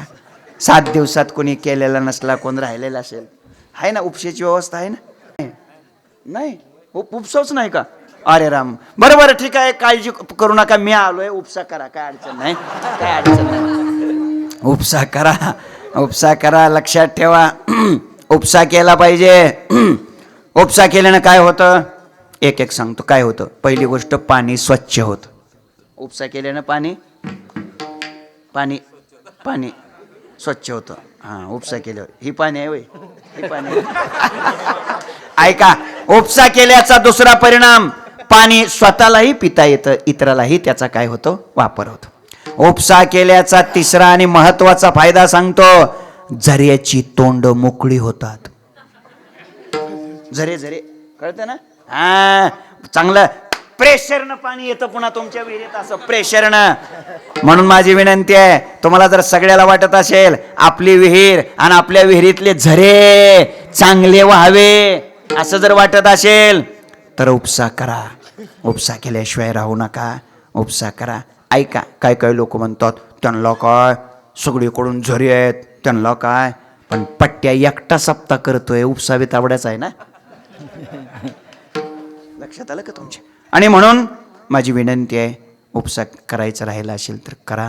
तुम्ही म्हणाल मग ते तर काय, मग मी बोलतो की मी जे तुमच्या पुढं वेडावाकडं बोललो ना, वेडवाकडं, हे माझं नाही, माझ्या वारकरी शिक्षण संस्थेचं आहे.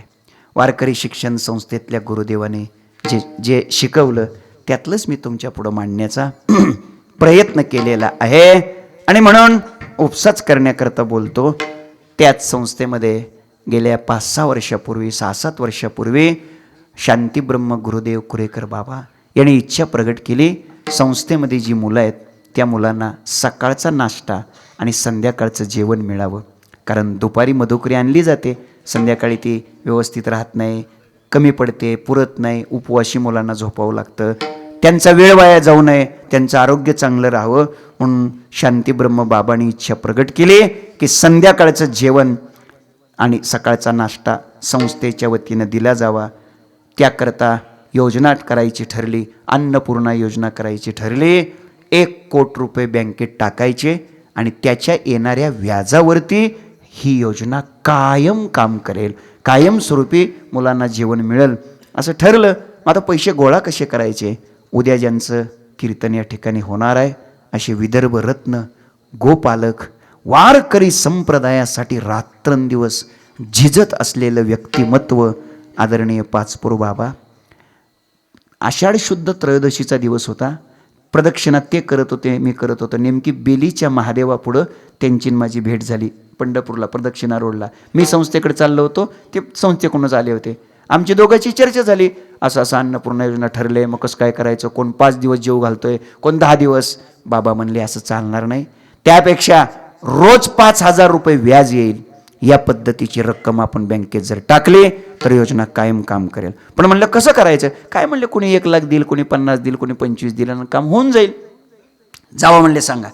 संस्थेत आलो आणि गुरुदेव बाबांच्या समोर, गुरुदेव अध्यक्ष दादांच्या समोर, श्री गुरु चंदिले नाना यांच्या समोर विषय मांडला. म्हणले कसं शक्य आहे? म्हणलं होईल शक्य. म्हणलं आणि मग माझं भाग्य असं आहे, त्या अन्नपूर्णा योजनेमध्ये 1 कोटीमध्ये पहिले 1 लाख रुपये देण्याचं भाग्य मला लाभलं. लगेच दिले. पहिल्या 10च मिनिटात 37 लाख रुपये गोळा झाले. दुसऱ्या दिवशी सकाळपर्यंत 51 लाख रुपये गोळा झाले. आणि आज त्या योजनेमध्ये 2 कोटी रुपये जमा झालेले आहेत. त्याच्या येणाऱ्या व्याजावर पिढ्यानपिढ्या संस्थेतल्या 500 मुलांना सकाळचा नाश्ता आणि संध्याकाळचं जेवण सुरू झालेलं आहे. बाबांनी पुन्हा कार्तिकेवारीच्या वेळेस इच्छा प्रगट केली. आपली जी नवी संस्था आहे ना चाकण रोडला, त्या संस्थेच्या पुढचं जे पटांगण, तिथं सकाळी 7 वाजता नाश्त्याला बसायचं. आपली पद्धत आहे कपडे काढून बसायचं. संध्याकाळी 8ला कपडे काढून जेवायला बसायचं. थंडी असते, कधी पाऊस असतो, चिखल असतो, अशी बेजारी असते. मग बाबांनी इच्छा प्रगट केली, एक अन्नपूर्णा भवन बांधलं जावं अशी इच्छा प्रगट केली आणि त्या दृष्टिकोनातून काम सुरू केलंय. 2.25 कोटी रुपये त्या अन्नपूर्णा भवनसाठी लागणार आहेत.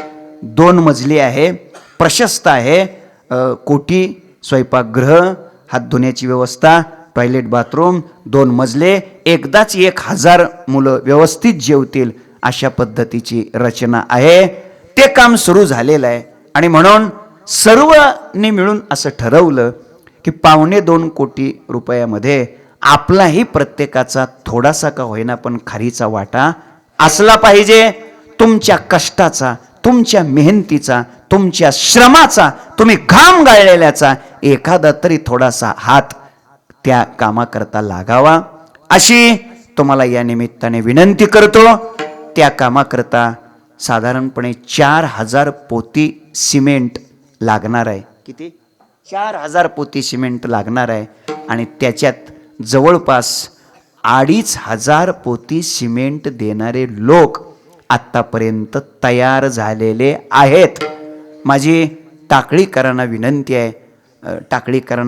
आहे, अधिक तुम्हाला मी काही त्रास देणार नाही. या गावातून इथे आलेले जे सगळे भाविक आहेत या सगळ्यांच्या वतीनं जास्त नाही, फक्त 200च पोती सिमेंट त्या कामाकरता आपण द्यावं. एका व्यक्तीनं फक्त 2च पोती सिमेंट दिलं तर किती? 100च लागतील का मग माणसं? 100च. एका माणसानं फक्त 2 पोती सिमेंट दिलं तर 100च लोकात, बरोबर आहे का, ते काम होऊन जाईल. आहेत का 100 माणसं इथं? बघा बरं, आहेत का? तिकडंच बघा, आहेत 100 माणसं. जास्त आहेत. एका माणसानं किती द्यायचंय? फक्त 2 पोती.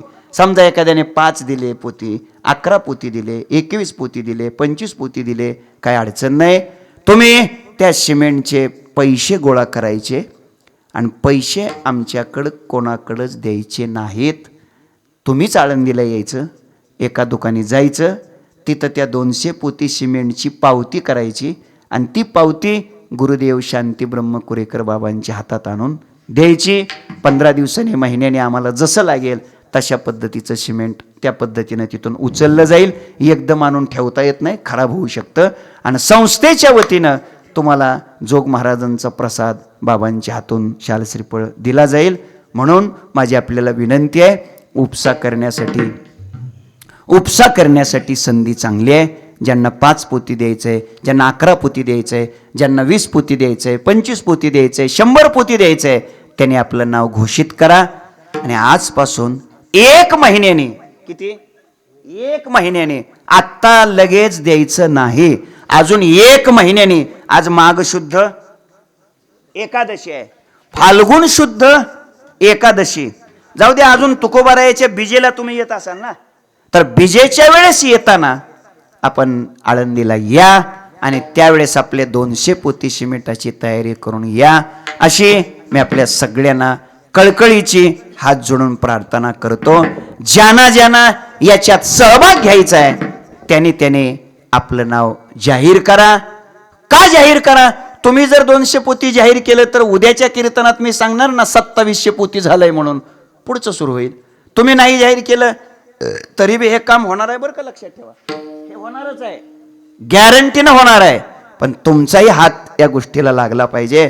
आणि 7 दिवस काही तुम्हाला उपसा करायला संधी मिळाली नाही तर तुम्ही आता जरूर उपसा करा अशी मी विनंती करतो. ज्यांना द्यायचंय त्याने आपलं नाव काय करा, घोषित करा, सांगा. म्हणजे मग ते नाव लिहून घेता येतील आणि त्या पद्धतीनं आपल्याला काम करता येईल. अजून 1 महिन्याने ते आणून द्यायचंय, लक्षात ठेवा. 1 ते 1.5 महिन्याने. बहुतेक काही लोकांना वाटत असेल आपण घरी विचारलं नाही, त्यांना न विचारता कसं काय होय म्हणायचं, असं बी काहीचं असेल. तुम्हाला आत्ता नाही सांगता आलं, सकाळी सांगा, बाबांच्या कीर्तनात सकाळी सांगा, काय अडचण नाही.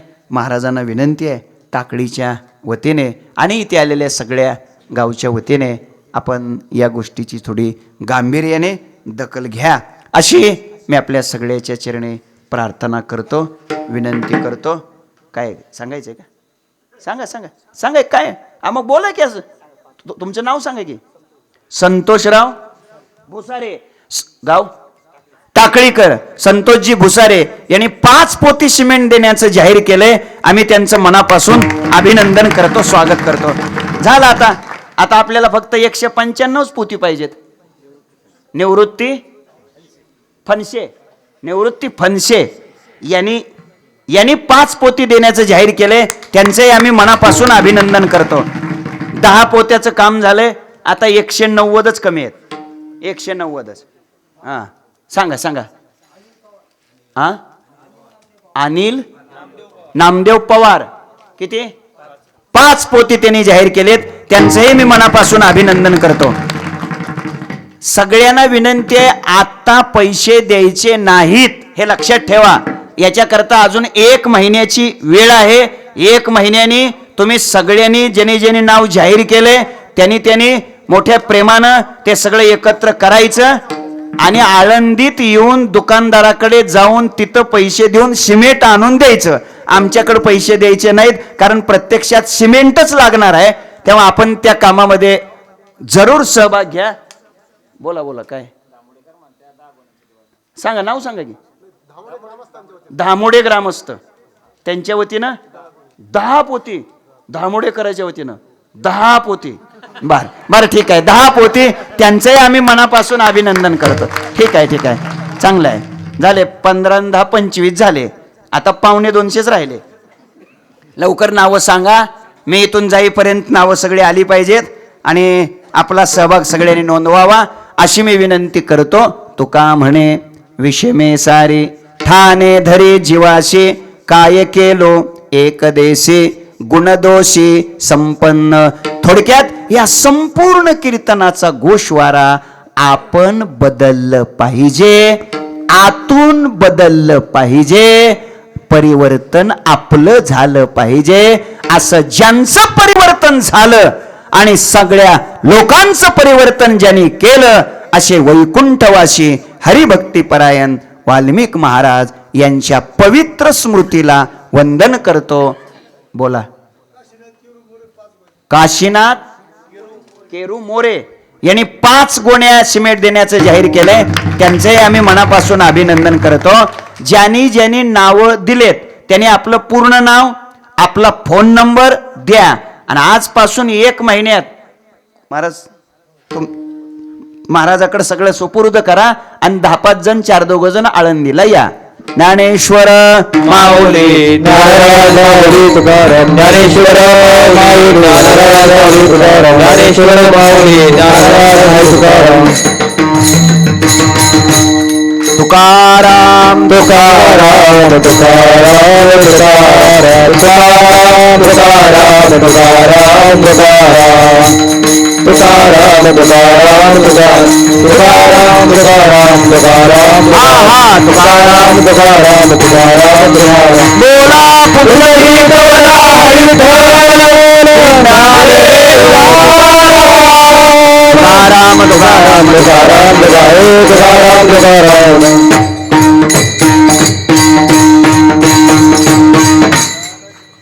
विठ्ठल जय जय विठ्ठल, जय विठ्ठल जय जय विठ्ठल, विठ्ठल जय जय विठ्ठल, जय विठ्ठल जय जय विठ्ठल.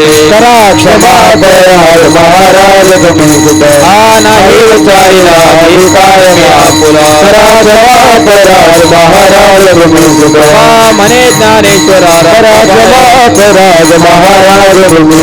ज्ञानदेव तुकाराम, तुकाराम तुकाराम तुकाराम.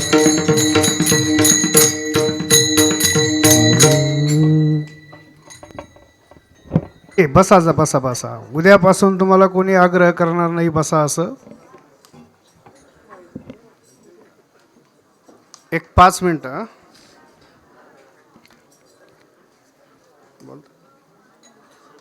बोला.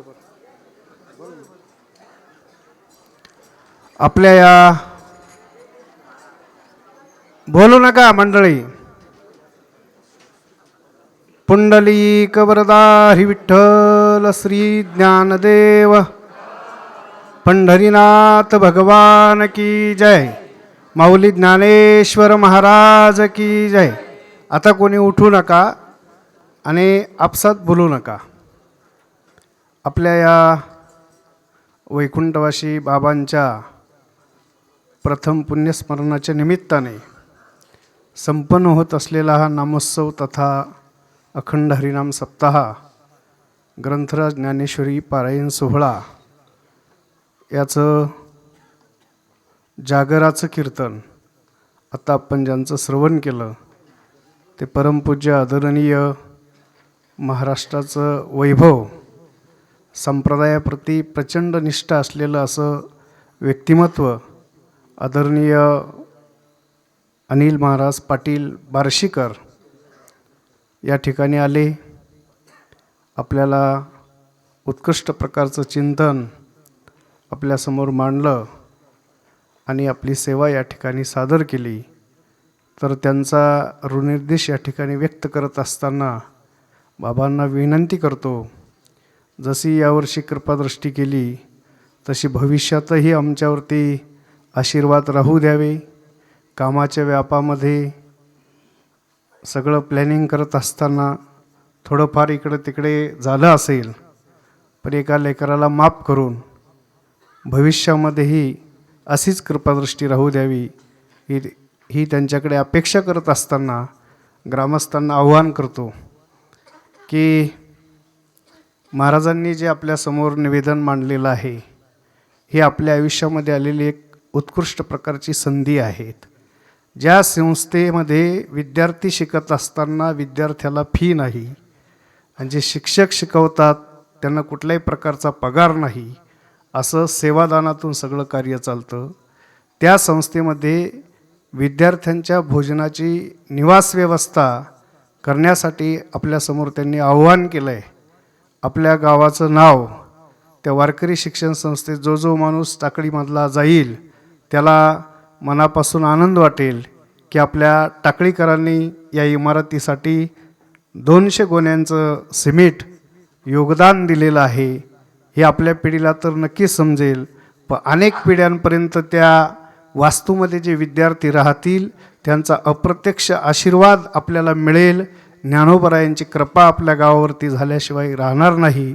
मी पण आपल्याला आव्हान करतो आणि तुम्हाला आव्हान करत असताना कोरडं काही आव्हान करत नाही. माझा सगळाच व्याप तुम्हाला माहिती आहे. तरी पण मी स्वतः 11 गोण्या त्यासाठी या ठिकाणी जाहीर करतो. कसं असतं, आपण स्वतः जाहीर केलं तर दुसऱ्याकडे मागता येतं. आपण काहीच म्हणायचं नाही, तुम्हाला म्हणायचं दान करा असं आहे तसं आहे, ते काही बरं नाही. तर चांगदेव माळू सदगीर यांनी पण 11 गोण्या या ठिकाणी दिलेल्या आहेत. ते पण नावाची नोंद घ्यावी. अजून ज्यांना आदरणीय शंकर नाना यांनी पण 5 गोण्या या ठिकाणी कबूल केलेल्या आहेत. शंकर नाना करा पवार. मागे नाना टेलर तांदूळवाडीकर यांनी 5 गोण्या या ठिकाणी कबूल केलेल्या आहेत.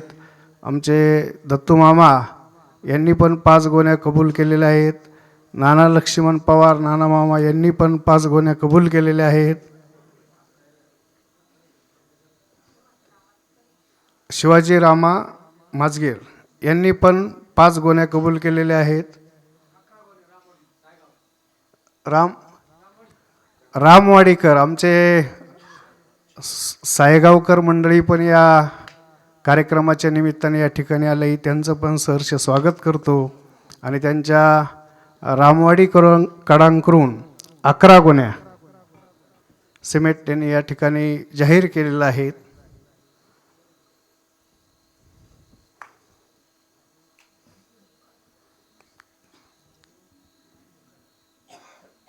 कोण आहे? हिम्मत मामा आहे का? कोण आहे? श्रीधर बाबा. श्रीधर काळे तांदूळवाडीकर यांनी 5 गोण्या कबूल केलेल्या आहेत. तर ज्ञानदेव रघुनाथ पवार यांनी 5 गोण्या कबूल केलेल्या आहेत.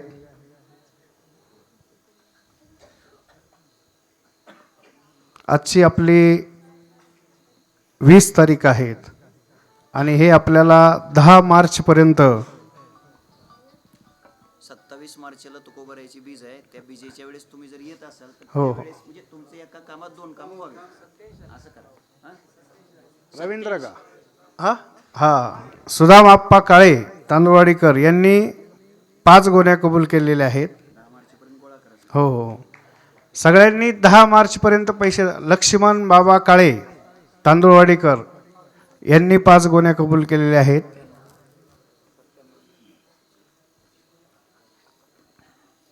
मनोहर लक्ष्मण पवार यांनी 5 गोण्या कबूल केलेल्या आहेत. किती झाल्या? आता फक्त 100 गोण्या बाकी आहे आणि 20 लोकांची गरज आहे. मला वाटतं सगळ्यांनी मनावरती घेतलं तर आपलं संस्थेच्या या कामामध्ये आपल्या गावाचं योगदान नक्की होईल. बाळूमामा आहे का? आमचे बाळूमामा यांनी 11 गोण्या या ठिकाणी कबूल केलेल्या आहे. बाळू सूर्यबान पवार. रायभान राधाकिसन डगळे यांच्या 5 गोण्या आहेत. रामहरी विठ्ठल पवार यांच्या 5 गोण्या आहेत.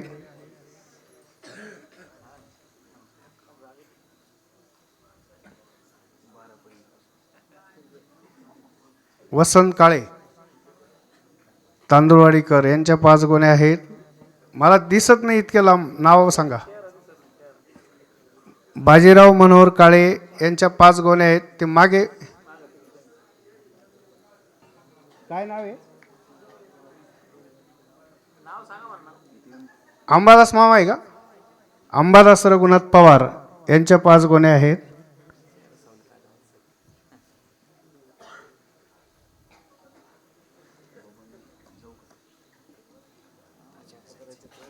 बर बर दिली.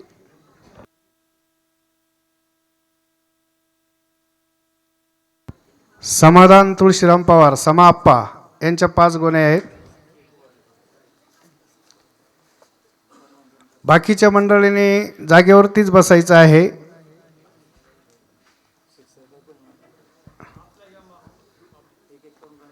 आप्पा महाराज झाडीकर यांच्या 5 गोण्या आहेत.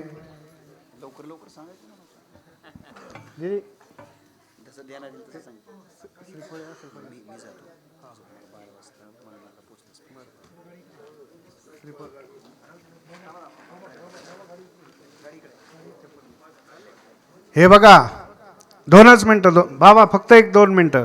बाबा 2च मिनटं. आपल्या ठरलेल्या नियमाप्रमाणे आज सकाळी आमच्या ग्रामस्थांनी सुरूची अशी फराळाची व्यवस्था केली.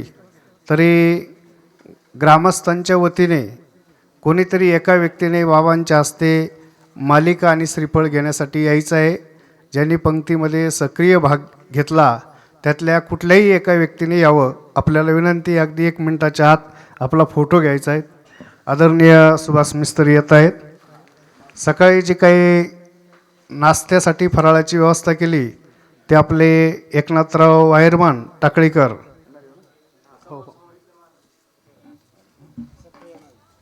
सकाळी आणि आत्ता सायंकाळचं जे आपण भोजनाची व्यवस्था झाली ते आमचे मामाश्री हरिभक्तपरायण शेषराव पाटील आहेर.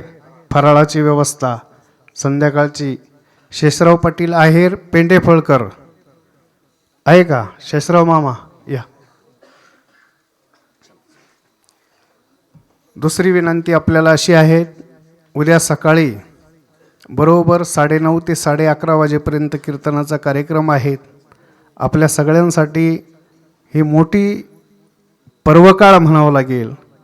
महाराष्ट्रातलं एक उत्तुंग असं व्यक्तिमत्व की ज्यांच्या आशीर्वादाने अनेक जीवात्मे सुखी होत आहेत, आदरणीय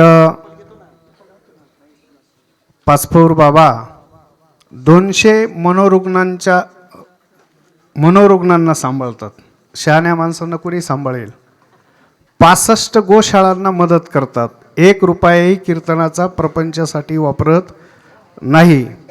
आणि आता मागे विदर्भ मराठवाड्यामध्ये मोठी हानी झाली, पाऊस पडला आणि त्याच्यामध्ये अनेक लोकांचे कुटुंब उभं करण्याचं काम आदरणीय बाबांनी केलं. अनेक कीर्तनकारांना आव्हान केलं की तुम्ही या यज्ञामध्ये सहभागी व्हा आणि या कार्यक्रमाला या. तर एवढ्या मोठ्या व्यक्तीचे पाऊल आपल्या भूमीला लागतायत. तर तुम्हाला सगळ्यांना निमंत्रण आहे. उद्या कोणी घरी चूल पेटवायची नाही. टाकळी बुद्रुक असेल, टाकळी खुर्द असेल, सर्वांना आग्रहपूर्वक निमंत्रण आहे. काल्याच्या कीर्तनाला लवकर यावं हीच विनंती. रामकृष्ण हरी.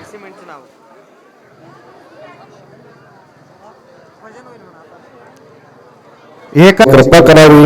महिला मंडळांनी याच मंडपामध्ये बसावे आणि जेवण झाल्यानंतर गावातील महिलांनी पुरुषांना पाणी वाढण्याचं काम करावं. रामकृष्ण हरी. पुंडलिक वरदा हरिविठ्ठल.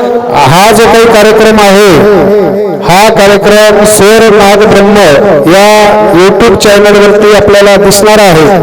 8 दिवसाचे सर्व प्रोग्राम स्वर नाद ब्रह्म या YouTube चॅनलवरती दिसतील. याची सर्वांनी नोंद घ्यावी.